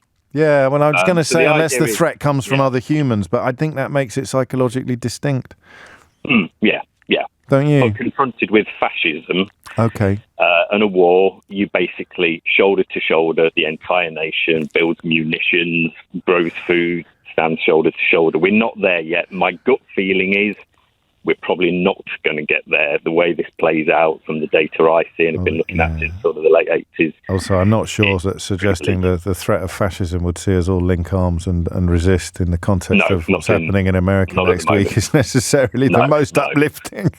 Yeah, exactly. But then you've got the Richard Tices of this world that sort of have this weird sort of ignorance of fairly simple science. I mean, yes, the subject is complex, but the science behind it is actually relatively simple to understand, the idea of heat trapping gases in the atmosphere. And I would love these guys that sort of deny climate to actually put on one of those, a polygraph, the sort of... To see whether they mean it or not. And actually say, yes, is this just their narrative? It's the fascinating question. I don't know how illuminating it will be, because lots of people clearly do believe it. But the people who make their livings or achieve their sort of dubious celebrity by most loudly trumpeting these positions, I sometimes think they start off not believing it because it's good for clicks and giggles. It's funny how many people in my profession who can't find meaningful work end up punting absolute madness, absolute nonsense. What Russell Brand is flogging this week, God only knows. But then they kind of, something psychological happens and they probably would pass a polygraph test a year after starting the grift. Even if they didn't pass it at the beginning. But I don't know, that's just one of my pet subjects. But I'll illustrate what Andy's talking about, because let me get the name right. Cam's been in touch, I presume thinking that he's being clever, saying, whatever happened to that ozone layer that they all used to go on about? That's a great question, Cam. And I mean, you can Google the answer, but hey, I'll step into you can even get it out of the Daily Mail, mate, which I presume is a news source you trust. But as a consequence of fairly widespread changes to behaviour, but fairly straightforward and relatively easily adopted changes to human behaviour, the hole in the ozone layer was recently declared to be the 7th smallest it has been since 1992. NASA has even been able to predict the date upon which it thinks that the hole will be completely closed. It'll take a little longer to return to the previous thickness, but it is, I mean, the good news is it's in a much better condition than it was when the planet or the authorities took the decision to address the problem that, to quote you, Cam, they all used to go on about. So, brilliant contribution, unintentionally, because the ozone layer is an example of when we did the right thing in time to make meaningful difference. But the right thing, sadly, was nowhere near as profound or as far-reaching as what it would be in this case. David's in Swindon. David, what would you like to say? Let me just get this right. Yeah, take your time. Basically, I don't think mankind cares. Enough of mankind cares. Right. Okay. Let me just give you the examples I gave to you. A little bit of fact. Go on. The COP that's coming up this month, 29. actually. Yeah, there are 40,000 people attending. There are about 197 countries, which means 200 people per country. Yeah. Fact. Yeah. Last year, COP before, there were 80,000 people there when it was in Saudi Arabia. 80,000. And what changed? We had Anthony Guterres, the UN, saying the world's on fire, we're in hell, etc. And what do? They water down the targets. There were countries there that were saying that our island's sinking. I remember at the end of the one before, when Alok Sharma was in charge, he was crying. Yes, he was. It was an extraordinary moment. And the people... And I think they were real tears. I don't think they were Matt Hancock tears. I think they were real that's right, tears. Because he realised that it was useless, because a couple of countries there, I think it was Tuvalu or something, were sinking, and you could see at the end, China and India went over to each other and altered the words of the statement. Right. Yeah, that's right. I remember. So I don't think people get... And the other thing is... Hang on. You're brilliantly bleak, David, and you obviously not only care a lot more about this than the average Joe, but you do the work as well. But yeah. What do you think, as we talk about the psychology of the species, or of the much of mankind, what would happen if everybody did believe it? Because I can see the benefit in selling lies and selling scepticism. Yeah. If you're just a bit frightened of change, or you don't understand things and you're terrified of how thick you are, or crucially you rely upon it financially. But what if we could get people and they actually ended up believing it? I think, like me, you worry they'd still do nothing because of some curious characteristic of the human condition. Yeah, if we all believed it, I think there would be a more significant movement to reduce the CO2 emissions. Do you? But let me make my other example. Go on. You like your examples, don't you? I like these. Carry on, David. I'm getting old. I do analogies. I'll do the analogies. You do the examples. Yeah. I was like you when you were 50. Let's look at the hurricane situation. Yes. Every time there's a hurricane in Florida or around the area, we have, it's Category 5, it's Category 3, it's hit landfall. Why would mankind, and I'll give Florida, the population has gone up from, I think it was about 16 million about 10 years ago. Yeah. It's now 24 million. God. So why would mankind, being so brilliant, build in a land that's prone to hurricanes? And also, but what they do, they move there and they build their hurricane-proof homes, which, by the way, only have to be Category 3 proof. And then when it happens, they all think, oh, my God, So I don't think mankind really wants to change. They know and they can believe, but they won't do anything. That's an extraordinary analysis. And I think anyone listening would struggle to refute it, to be honest, because the evidence is so overwhelming. And that's the kind of psychological evidence the evidence of your own eyes and ears, which is of course what Orwell told us we would have to ignore in the future. I think he knew what he was talking about politically. But some of the pictures you're sending me, I haven't seen. There's like enormous hunks of ice falling out of the sky in Almeria. And yet, as David says, the dust will settle, the waters will clear, the buildings will be rebuilt, and absolutely nothing will change. People will still move there. And we'll be looking at the same scenes again with more frequency. And I'll still get texts off self-appointed geniuses asking about the ozone layer. And you probably still get a show on GBBs claiming that there's no such thing as climate change. So extraordinary, isn't it? It's also 11:47. James O'Brien on LBC. 10 minutes to 12. Listen, I do appreciate... You know what my job involves, right? I've got to talk about all the news. I know the people that we should really be feeling sorry for at the moment are the farmers who send their children to private school, have a few buy-to-let properties on the side, and have inherited an estate worth, let's say, £5 million. Those are the people who really need our support at this time. I may start a GoFundMe or pass the plate around. I'm certainly going to be handing out violins a little bit later in the programme. But listen, please don't think I've forgotten who really matters. Indeed, as you heard in the last news bulletin, Gillian Keegan, I think, used to be a politician, reminding us how cruel it is. Cruel it is that those of us who send our children to private school are going to have to pay VAT in the way that we do on our steak bakes. Not quite, actually. I think the rules for hot food might be slightly different. So obviously, it is farmers who send their children to private school and have a few buy-to-let properties on the side and inherit estates worth £3, £4, £5 million who should be getting most of our sympathy at this time. And I will get back to business as usual on Monday. But for now, we're worrying about these people in Spain who've died as a consequence of extraordinary floods, which will in part or entirely be a consequence of climate change. And the thing we can't get our head around, or rather the thing we can get our head around but wish that we couldn't, because that would mean we might be able to improve the situation, is the absolute certainty that we have, Kevin in King's Lynn notwithstanding, that it won't change anything. And even if it was King's Lynn that disappeared underwater, it won't change anything. It's a form of torpor. I don't know if it's laziness. It's a form of torpor in the sense that I know I should do that, but it's too big. If the challenge was smaller, we'd do it. See the ozone layer. If the challenge was smaller, we'd do it. All we've got to do is stop using chlorofluorocarbons, or don't at me on the. But the challenge is so enormous. What are we going to end up doing? Be like, do you remember when you studied the Bible at school? If indeed you did, you're probably familiar, even if you didn't, with the story of Noah's Ark, right? I always had this image of a boat, sort of dangling like a lever on a fulcrum, on the top of a mountain. And everywhere else was water. As the water began to sink, the ark got stuck on top of a mountain. I may have misremembered my biblical studies, but that it's weird, isn't it? That is one of the most memorable stories in all of human history.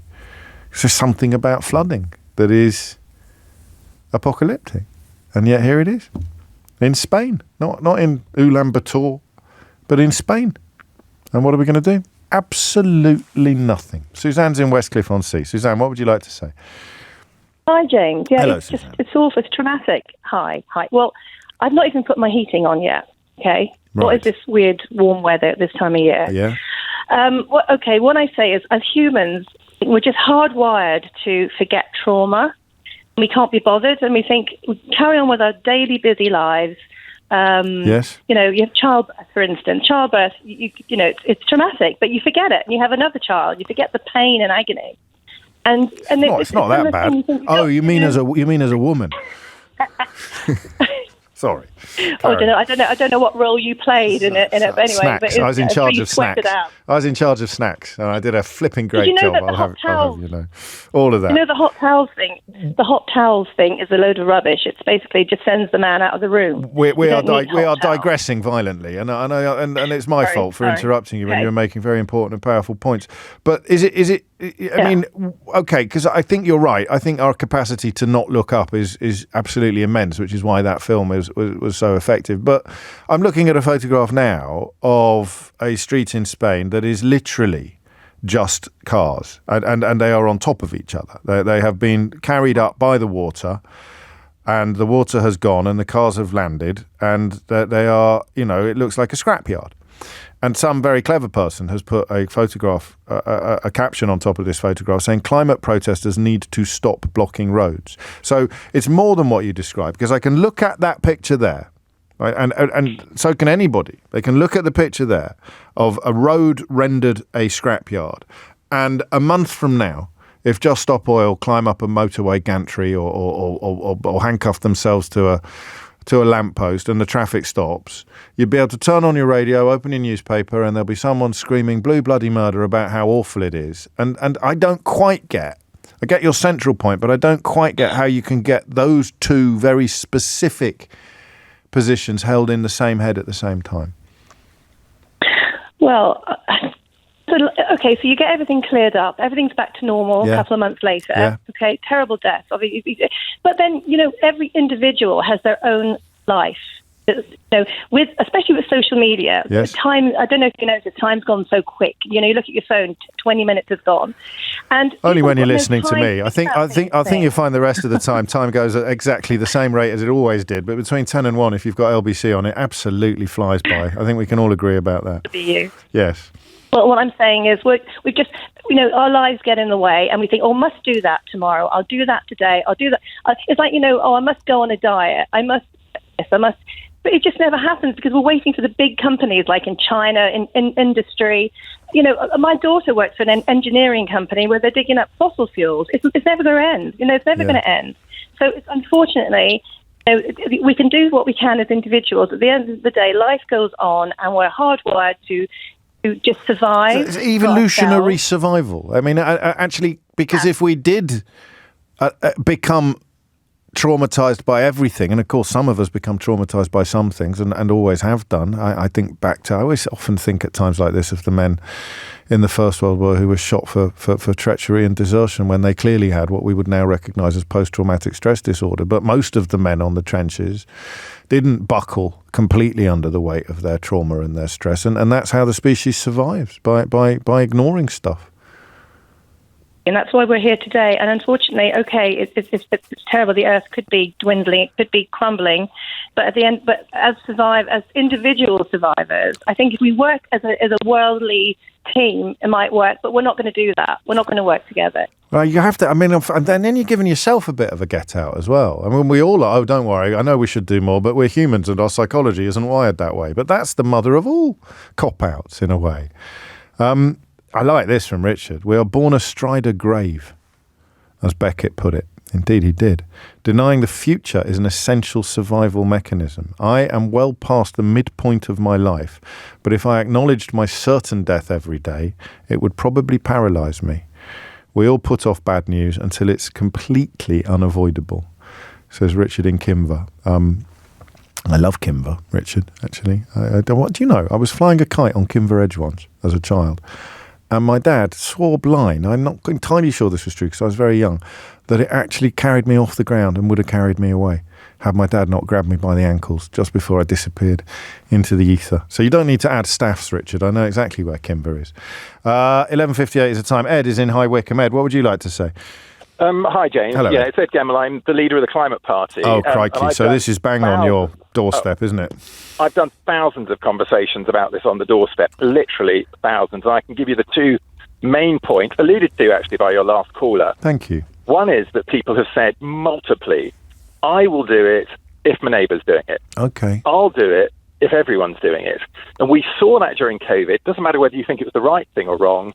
Once the government brought in legislation and we all had to keep our distance or only go out for 20 minutes a day, the majority of us did it. Why? We didn't want to let the team down. Yeah. It was a team effort.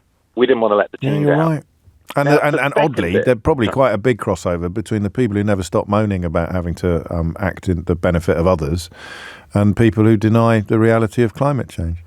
No. Oh, there is. There's a huge... I mean, conspiracy theorists, they're on every conspiracy, generally. Yeah. Right, the second one is also very interesting, and it's sad, but it's about financial self-interest. Yes. But by that, it doesn't mean avarice and selfishness. It can also include single parent, 5 kids, not enough money at the end of the month for porridge or toast, and so they want another £100 in their pocket. And so it's the immediacy of tomorrow and the extra £100, that's what I'll vote for, that's what I'll act for. I can't think about what's coming in a year, 10 years or 20 years' time. And that's true as individuals and increasingly as government. It's the opposite of how the Chinese government operates, but it's the absolute stone-cold definition of how the last 4 or 5 UK governments have operated. Yeah. How optimistic are you that the new one will be different? The new one is different, but it still missed the point. The new one's moved on to this, energy security. If we do this, we'll have cheaper bills. But they haven't moved on to the thing we really want to hear is, this is our big economic plan. This is our industrial plan. The world is dealing with it. China's already going there. 93% of the world's GDP has got a net zero commitment already. That's the direction of travel. We want to make money in this country.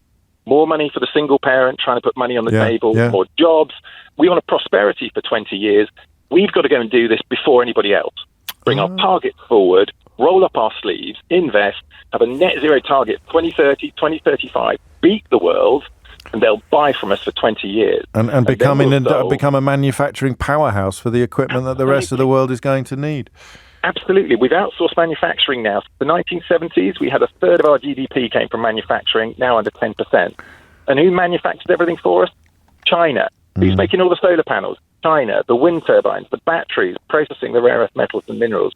We've got to claw it back. And the only way we do it, bring the whole target forward, take the entire economy there, have everything, the whole group, the whole team, all working in the same place. So that actually everything is focused in on one cause, albeit that cause would end up encompassing everything else. You sound like a politician, Ed Gemmell, leader of the Climate Party. I've been practicing. But yeah, so I'm so pleased you're having this conversation. Well, we'll have it again. It really needs to be got out and there. I'm grateful to you for ringing in. I really am. It helps. But, of course, the question remains as to why doesn't it push through more? But that's a helpful answer, is that I always think of that advert. I tell you about it all all the time for union membership, and I always get it slightly wrong when I try and remind you what it is, but it's like one creature, like one insect or something like that, ends up at a roadblock and can't get past it, and then they come back with 5,000 others and they can move the block really easily and everyone can get through.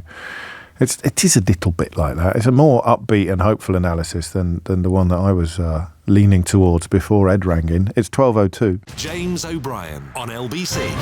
5 minutes after 12 is the time. I find myself in a slightly awkward position, not physically, because quite often when I turn my attention to subjects that chiefly involve women, I tell men not to ring in because I'm not that illuminated by the views of a man on how women feel about something, right?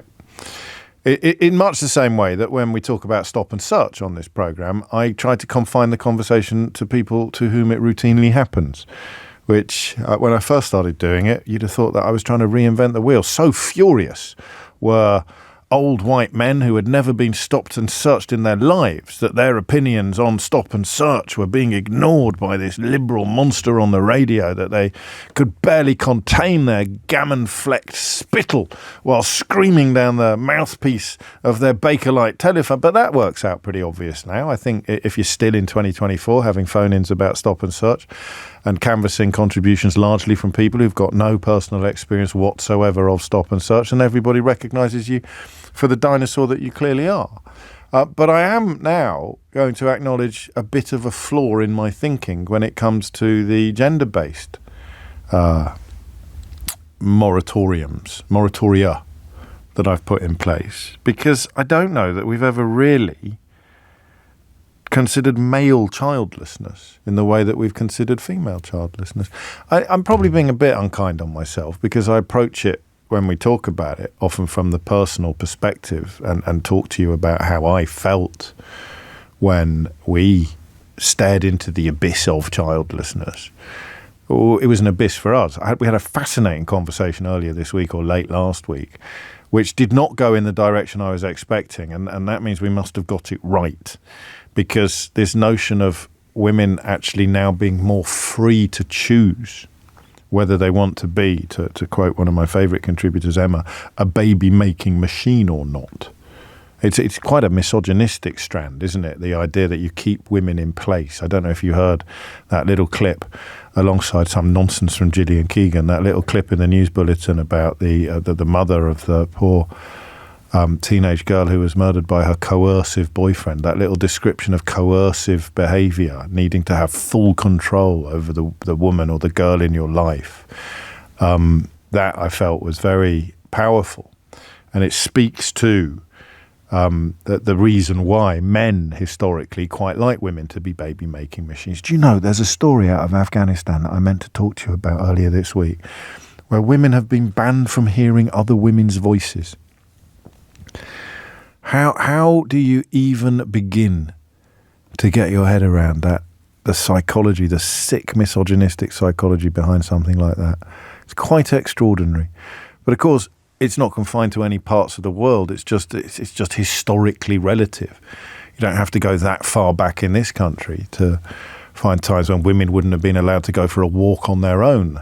They certainly wouldn't have been allowed to vote. They wouldn't have been allowed to take out, even in my lifetime, they wouldn't have been allowed to take out credit without a guarantee, even if they had savings, even if they had money in the bank. They wouldn't have, they would be able to take out credit without having a male guarantor. So misogyny is one of those endless, timeless forces that we manage to keep at bay, but will never overcome.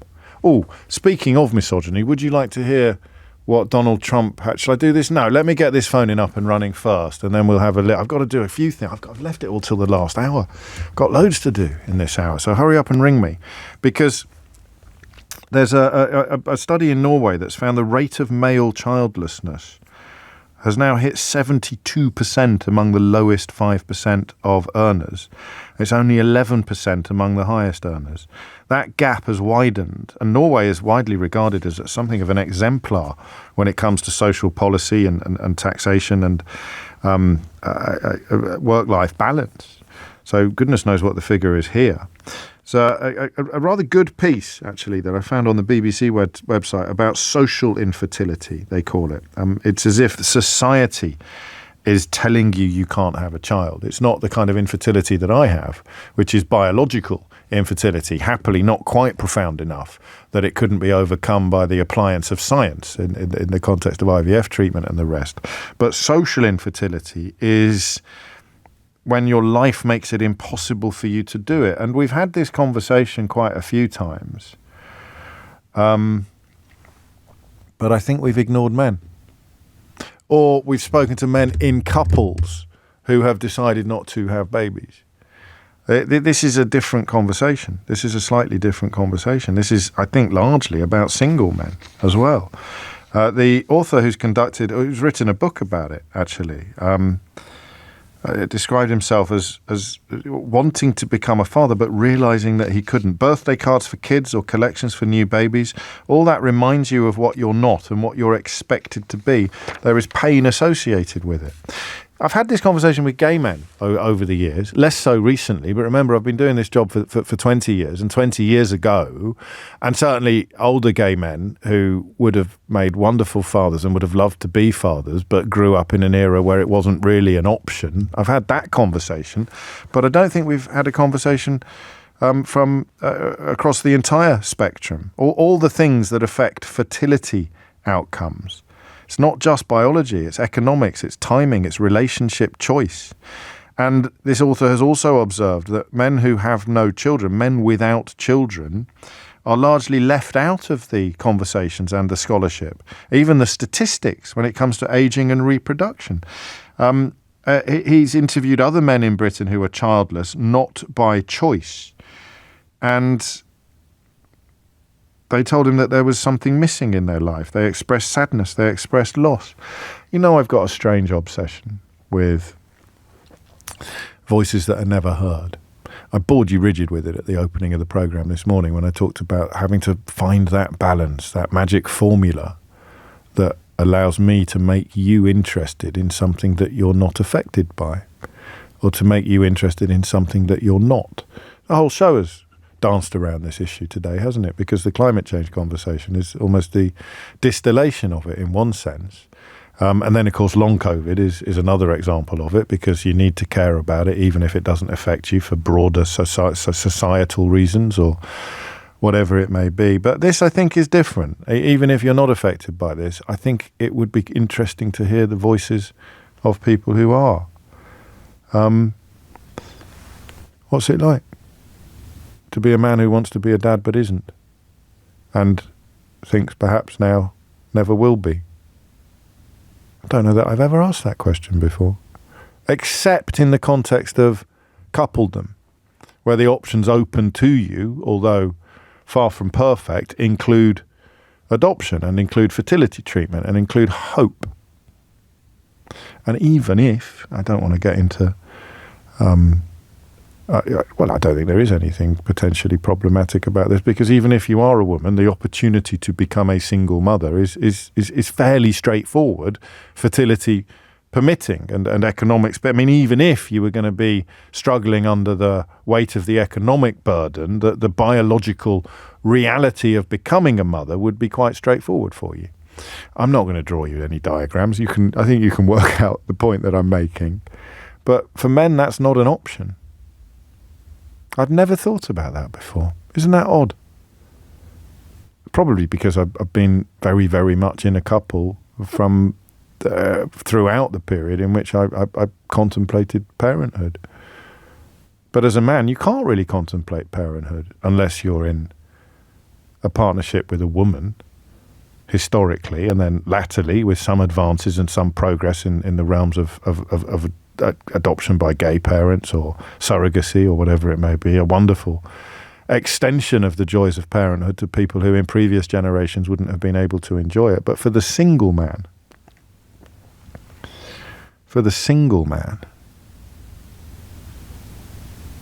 who's ever asked you how you feel? Well, I am. What's it like? 0345 6060 973. I can't imagine anybody is ever really interested in this. You know, your mates who are dads, and then your mates who aren't dads, not going to have different conversations. We're going to have a chat about how much you'd like to be a dad. Maybe it's not a thing. I mean, for the sake of this author who's written a whole book about it, I hope it is. The rise of social infertility, the crisis of masculinity. So why aren't you? Answer, financial uncertainty. A selection effect, sociologists call it. It can veer into some sort of incel-flavoured territory if you're not careful. Women tend to look for someone of the same social class or above when they choose a partner. But what's it like to be there and to realise? I don't think I'm ever going to be a dad, and I'd really, really like to be, and I always thought I would be. Hit the numbers now, you will get through. 0345 6060 973 is the number that you need. It's 12:16. James O'Brien on LBC.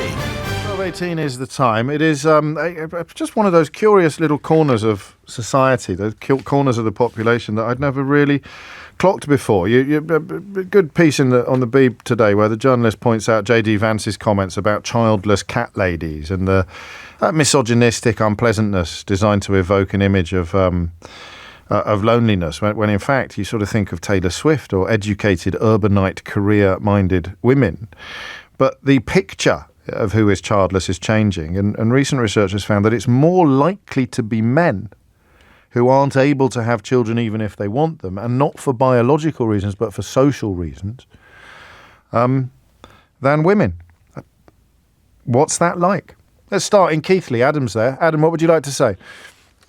Hi, James. Hello, I'm a gay man, 56 years old now, and I've only been in one long-term relationship, and it was a good relationship. But my partner at the time didn't believe that two men should adopt a child or go through any other procedure to have a child. He was very much of the opinion that it should be what he would call a normal household, mother, father.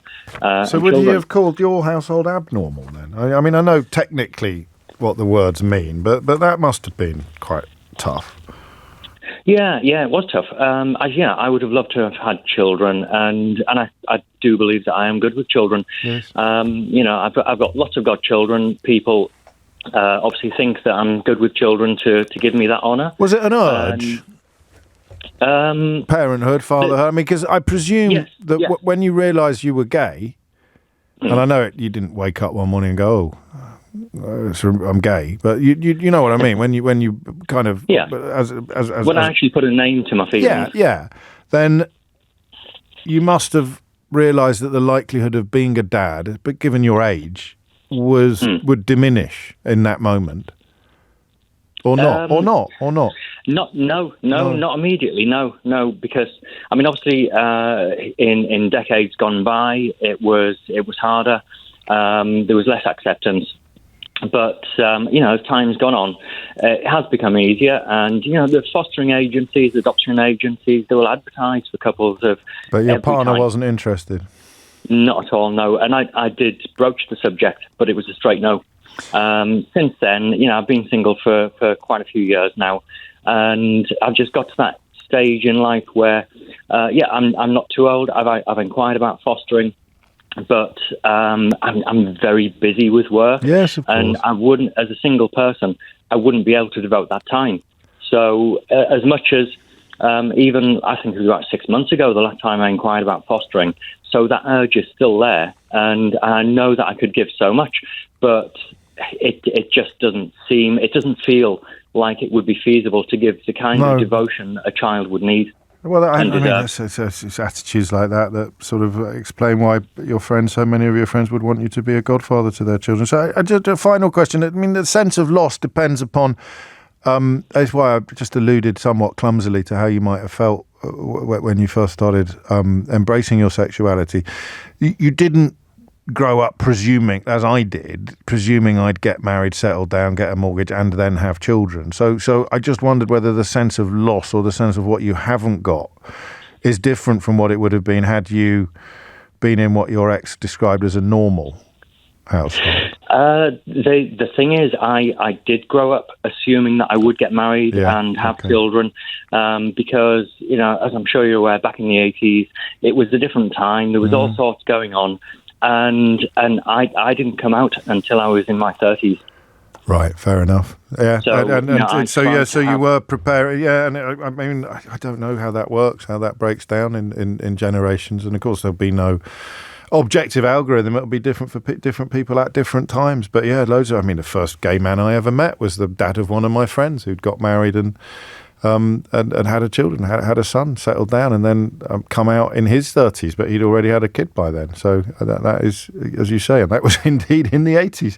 22 minutes after 12 is the time. You're listening to James O'Brien on LBC. I'd read this out because I think you'd probably need a bit of an arm around the shoulder rather than a quick express ticket to Idiot's Corner mids. Lol, you called them misogynistic for calling single women cat women, but then refer to single men as incels. What a hypocrite.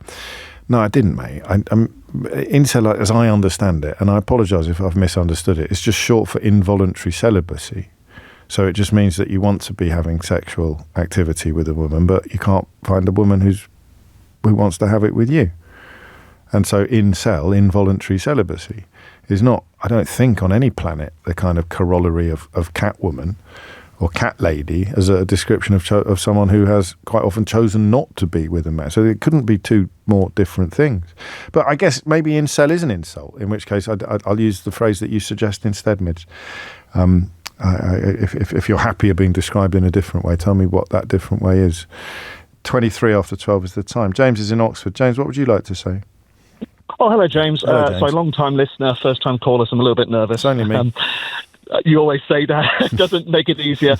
Yeah, do you know what? This is a really interesting topic, a topic that I haven't really heard debated before, really. I'm a straight single man in my early 40s, own my own property, got a good career, but I find that changing your relationship status from being single to being in a relationship is one of the few things in life that you can't directly control. Yes. And it's tough, you know, it's active in the dating world, but you know, I find that the older that I get when it comes to dating, the more that the logical part of my brain takes over the more emotional part of it, in the sense that I found the older that I've got, the more that I'm looking for certain characteristics in a person, like in terms of not say social status, but Sure. do they have a steady job? Do they live within a close proximity of me? Do they have the same values?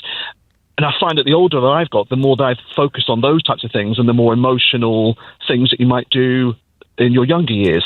Yeah, of course. Really. So, I think. I mean, yeah, that's probably inevitable, isn't it? In all areas of life, we become a little bit less reckless, I suppose, is one way of putting it. But is it? I mean, was there a moment when you began to? Did you grow up presuming you'd be a dad one day?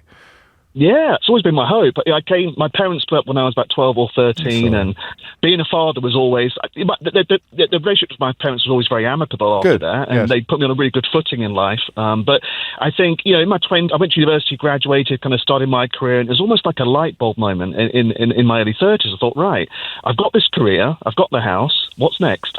And I found that kind of traveling, taking up hobbies just didn't fulfill myself entirely, really. And I think since my early 30s, almost 10 years now, that kind of quest to find a person who wants to be with you just as much as you want to be with them, same outlook on life, same whatever, is just really hard to find. And how big a hole is it? If you how big a gap in your life? Because I sense it's probably, I don't want to put words into your mouth, but you can't separate the two, can you? I don't think the life partner and then the child, they're kind of wrapped up in each other in what's missing. Absolutely.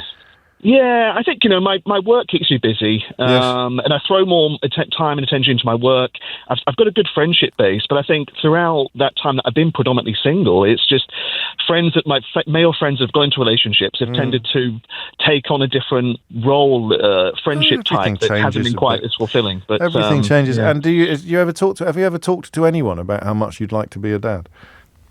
To friends, not something that could open up to be as open about early stages of dating. But it's just, I just find it's something that I'm not saying it's exclusively a challenge for men, but I think it's that one thing that you can't directly control. You can increase your chances of finding someone by being active in the dating world or taking up new hobbies, but it's just you can't make it happen. You can't make it happen. And of course, if you were a single woman in your 40s with a good job and a secure life and your own home and all of those things, then the decision to become a parent should you so desire, would be quite straightforward. And that I suppose is the reason why this conversation is one of those rare ones that's completely different according to whether you're having it with a man or with a woman. Speaking of men and women, I'm going to read you something and I'm going to ask you whether or not you believe that Donald Trump actually wrote this in the last 24 hours or so. And then I'm going to play you something that plays into the heart of men and women. Ready? Mark Cuban, a really dumb guy who thinks he's, quotes, hot stuff, end quotes, but he's absolutely nothing, is now out there saying that I don't surround myself with strong women. Actually, he is very wrong. I surround myself with the strongest of women, with the understanding that all, capital letters, women are great, whether strong or not strong. This guy is such a fool. He's constantly on television being critical, and only for the reason that I tuned him out completely while president because he called incessantly. I told him, very pointedly, look, Mark, I've got a lot of things to do. I just can't be taking so many pointless calls from you. In any event, that affected him greatly because he's a very insecure guy and a, capital letters, major loser. Always has been and always will be. Nobody likes him, nobody respects him, and he's unattractive, both inside and out, exclamation mark. He should go back to talk about the person he was forced to support because I didn't want it, lying Kamala Harris. Also, he's got no clubhead speed. I may, in fact, be surrounded by the strongest women in the world, including heads of countries who make Mark look like a, quote, baby, quotes, exclamation mark. All strong women, and women in general, should be very angry about this weak man's statement. You can't do true or false games with Donald Trump, can you? Because however mad it is, however completely unhinged it is, up to and including, also, he's got no clubhead speed. I presume that's a golf reference. Is it? It's all going to be true. And here he is talking about a strong woman, Liz Cheney, who, you know, as Republican Party royalty, for her to come out and speak truth to power, to speak out against Donald Trump and to describe some of the obvious reasons why it's very hard to understand how anybody who cares about things like rape, sexual abuse, criminality, racism, or all of those things, and anyone who sees them as negatives could possibly vote for Donald Trump. Here's Donald Trump talking to Tucker Carlson, who described how much he thought Donald Trump was an idiot in some of the legal documentation that was put there when the vote counting machine company sued Fox News. But they've recovered their relationship, and here he is talking about a strong woman. Then, go a couple of years forward or go now, and I don't blame him for sticking with his daughter. But his daughter's a very dumb individual, very dumb. She's a radical war hawk. Let's put her with a rifle standing there with 9 barrels shooting at her, okay? Let's see how she feels about it. When the guns are trained on her face.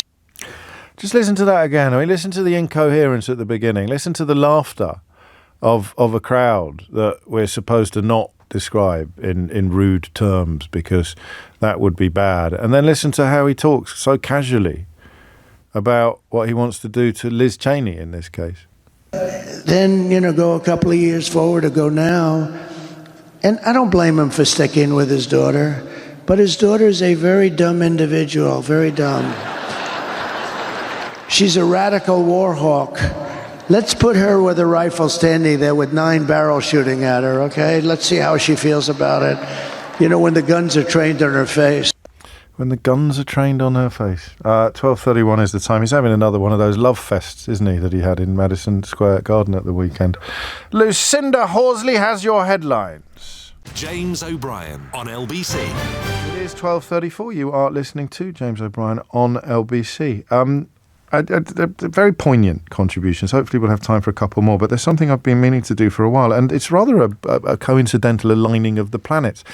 Been 2, possibly 3 occasions in the last few months where a caller has told me, most recently it was a woman talking about her brother, that a loved one was serving an IPP, an imprisonment for public protection sentences, a new Labour innovation, I think, and subsequently abolished, but people still behind bars. And I thought that the I stood for indefinite, because all the stories that I heard involved almost inconceivable tales of people originally incarcerated for offences that would have seen them released ages and ages ago. I don't need to overcomplicate the story because a colleague is about to explain in a lot more detail. But I just want to stress this is a complete coincidence. So when I made a pledge to a caller about a month ago that we would look into this and definitely report further on it, I didn't know that Bronwen Weatherby, LBC's reporter in Cardiff, was absolutely hard at work on precisely the same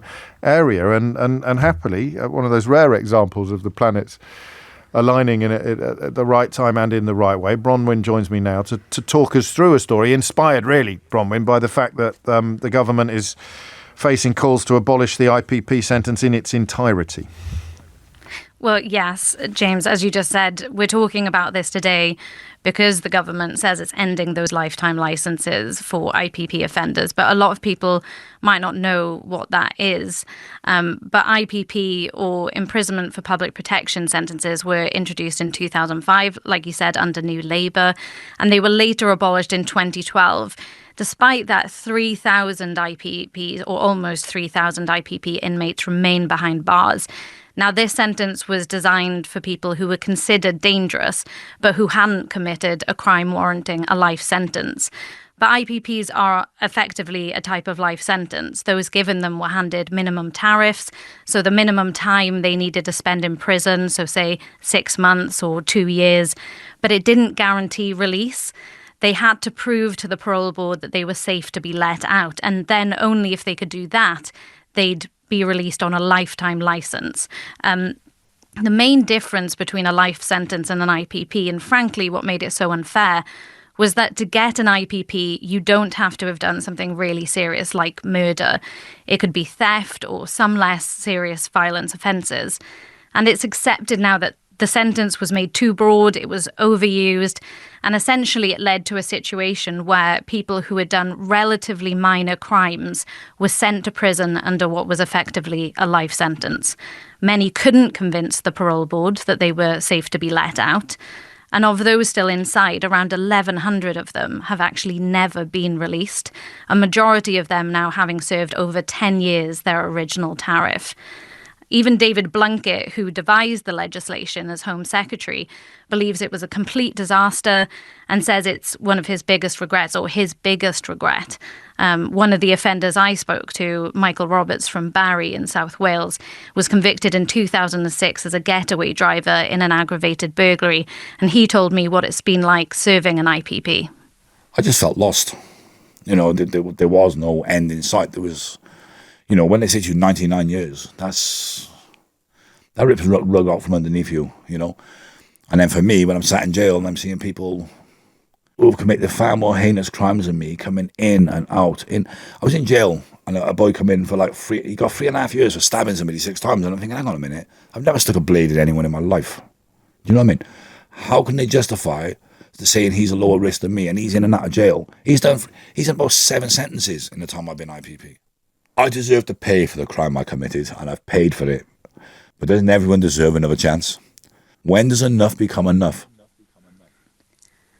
Michael actually told me that at times he'd planned to take his own life. That should give you some idea of the mental anguish these types of indeterminate sentences cause. The UN has gone so far as to label IPPs psychological torture due to the nature of never knowing when your sentence will end. So, for example, one person I'm aware of was sentenced as a teenager to an IPP with a minimum term of 1 year. He's now served 19. He's 19 times his original tariff. Another man, Rob Russell, has never been released. He got a 2.5-year tariff, and as of yesterday, he spent 15 years inside.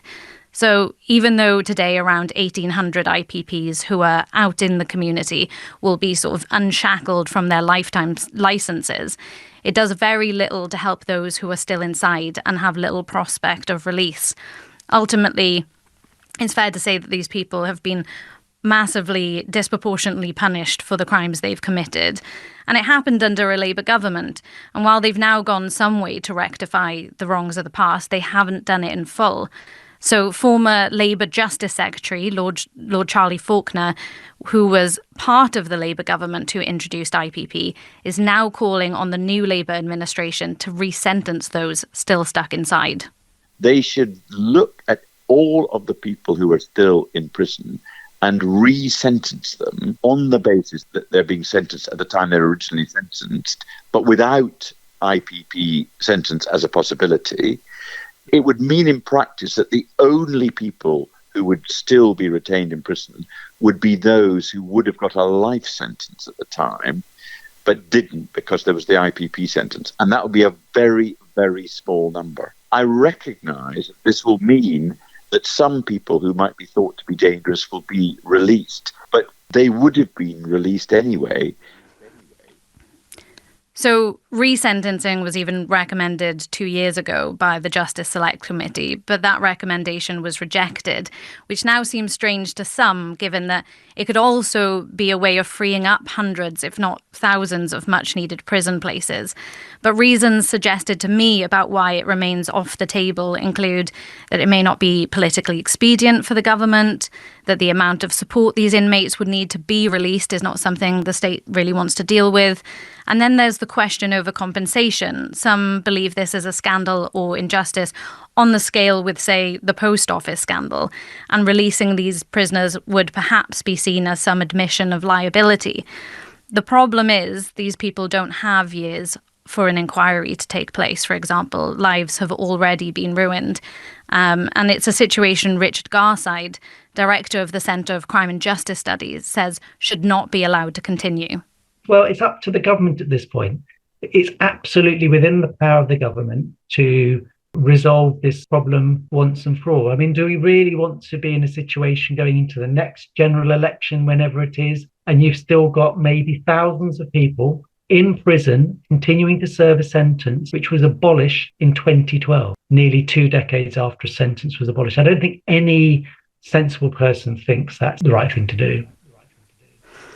Now, given IPPs have been called the greatest single stain on our criminal justice system by a former Supreme Court justice, the government's mind is yet to be changed on this. Just last week, former Tory Minister David Gauke, as you might remember, James, was set the task of reviewing prison sentences.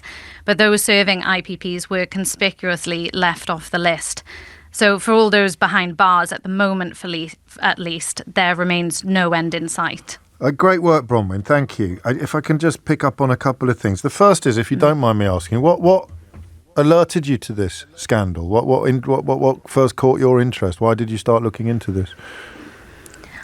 I was contacted because there's a bill going through the House of Lords right now looking at this, and as we do as journalists, we get emails through, and someone was suggesting that as a part of that, I speak to Michael.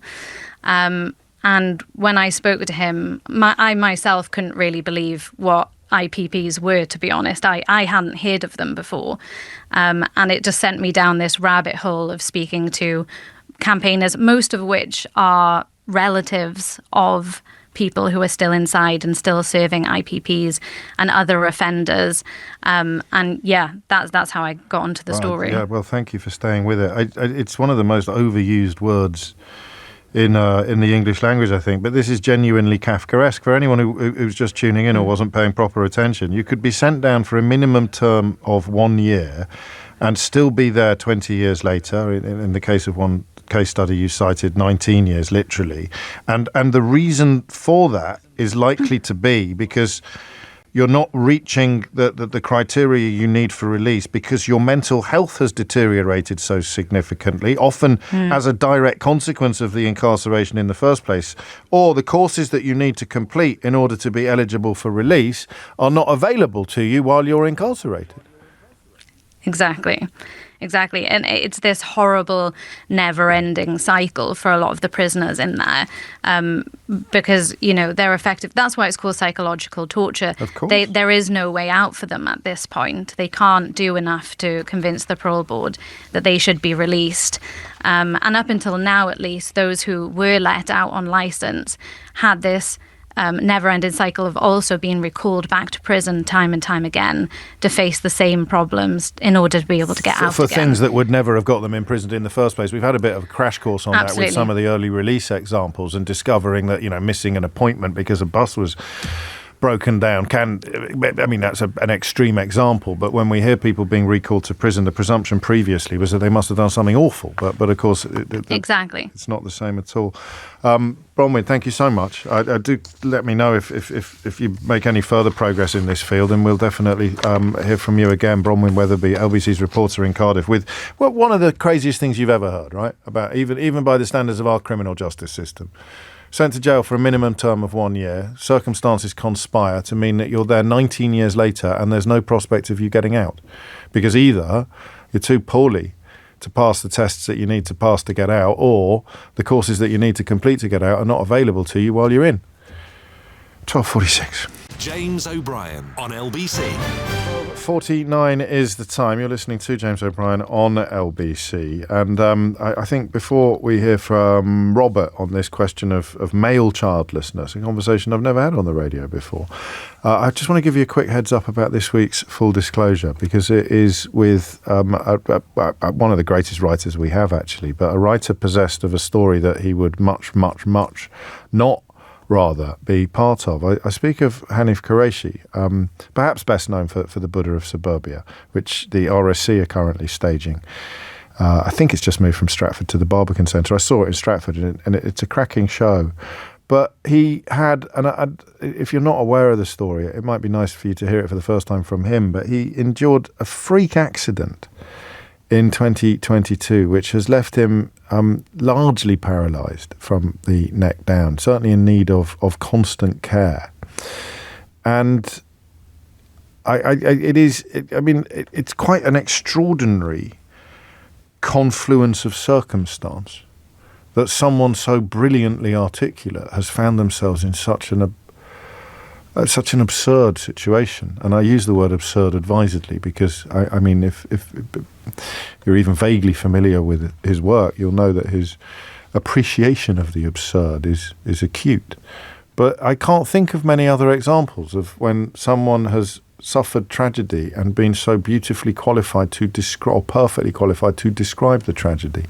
But as ever, with Full Disclosure, I was interested in his past as well. A quick mention as well to his son Sachin, who accompanied him to the interview and was almost as excited to meet me as I was to meet his dad, which was rather sweet. But and I could tell you that since we conducted the interview, Hanif, the Royal Literary Fund have set up a fundraising effort to help him continue to function as a writer, and I shall find out a few more details about that for you as well. But here's just a little taste of one of the most extraordinary interviews I think I've ever conducted.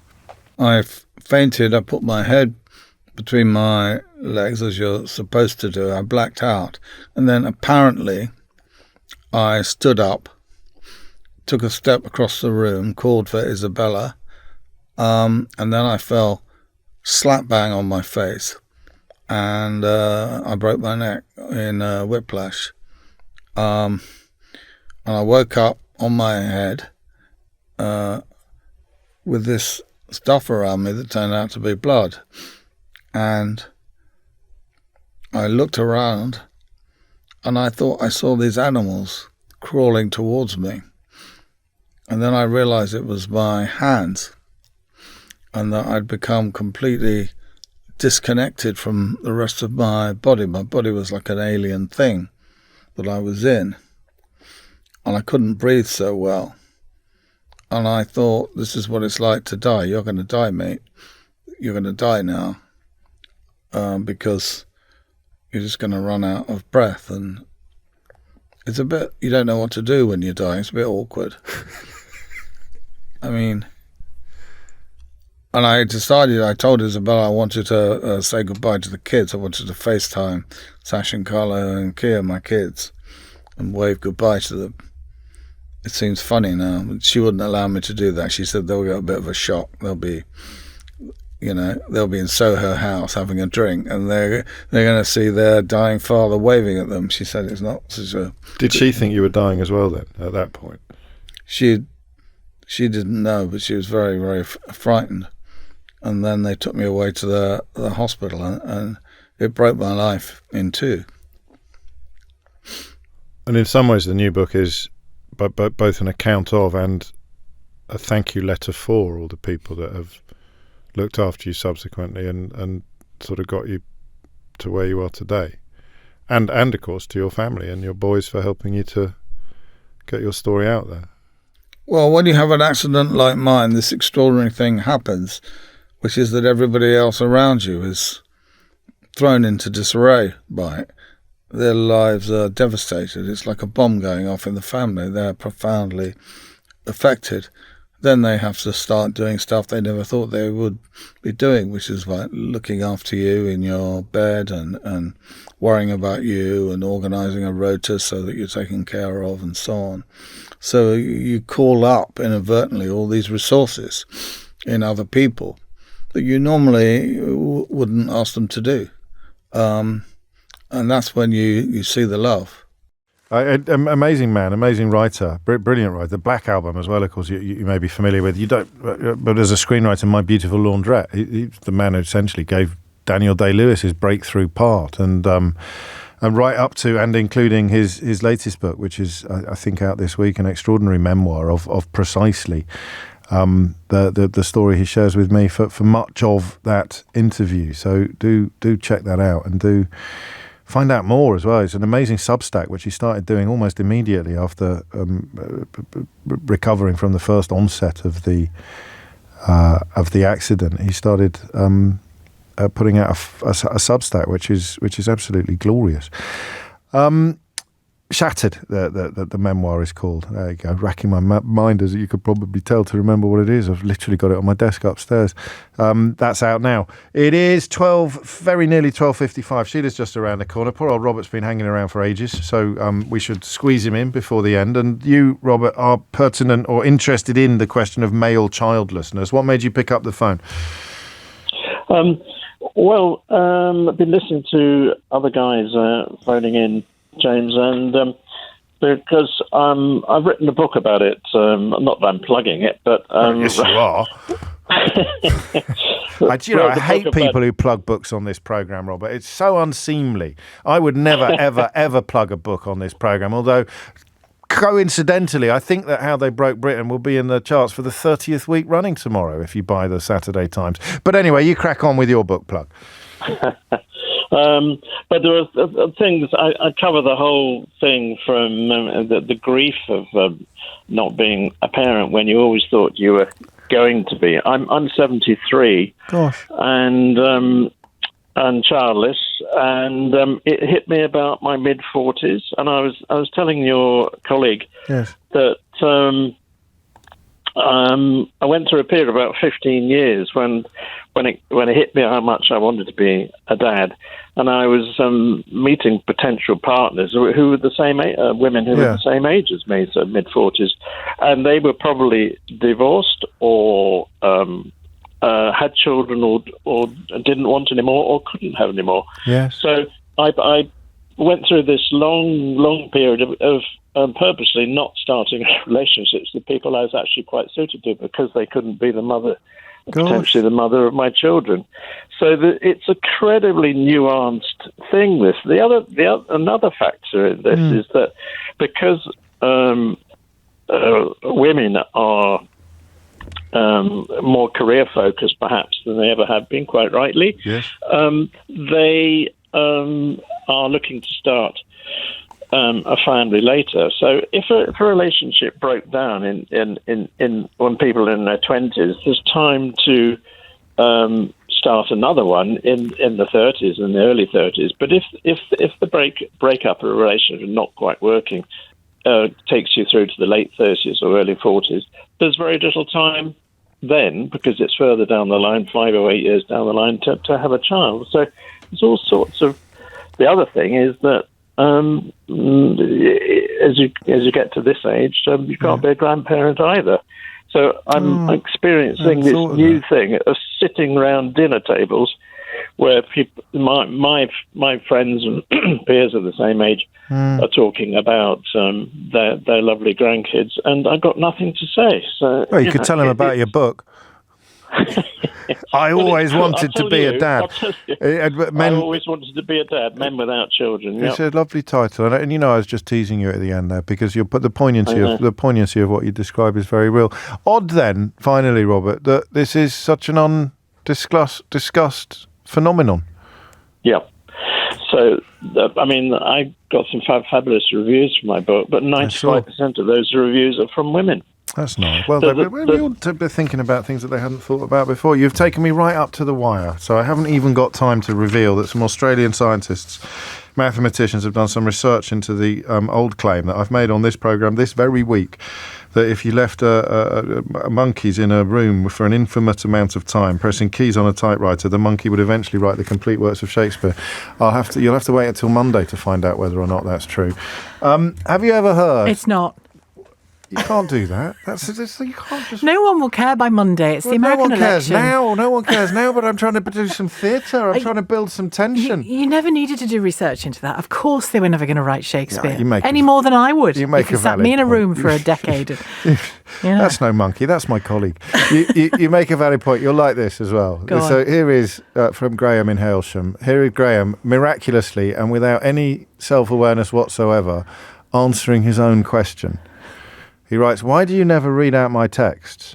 When are you ever going to do an hour on misandry and the millions of men in this country who are beaten, ridiculed and despised by women but can never fight back?"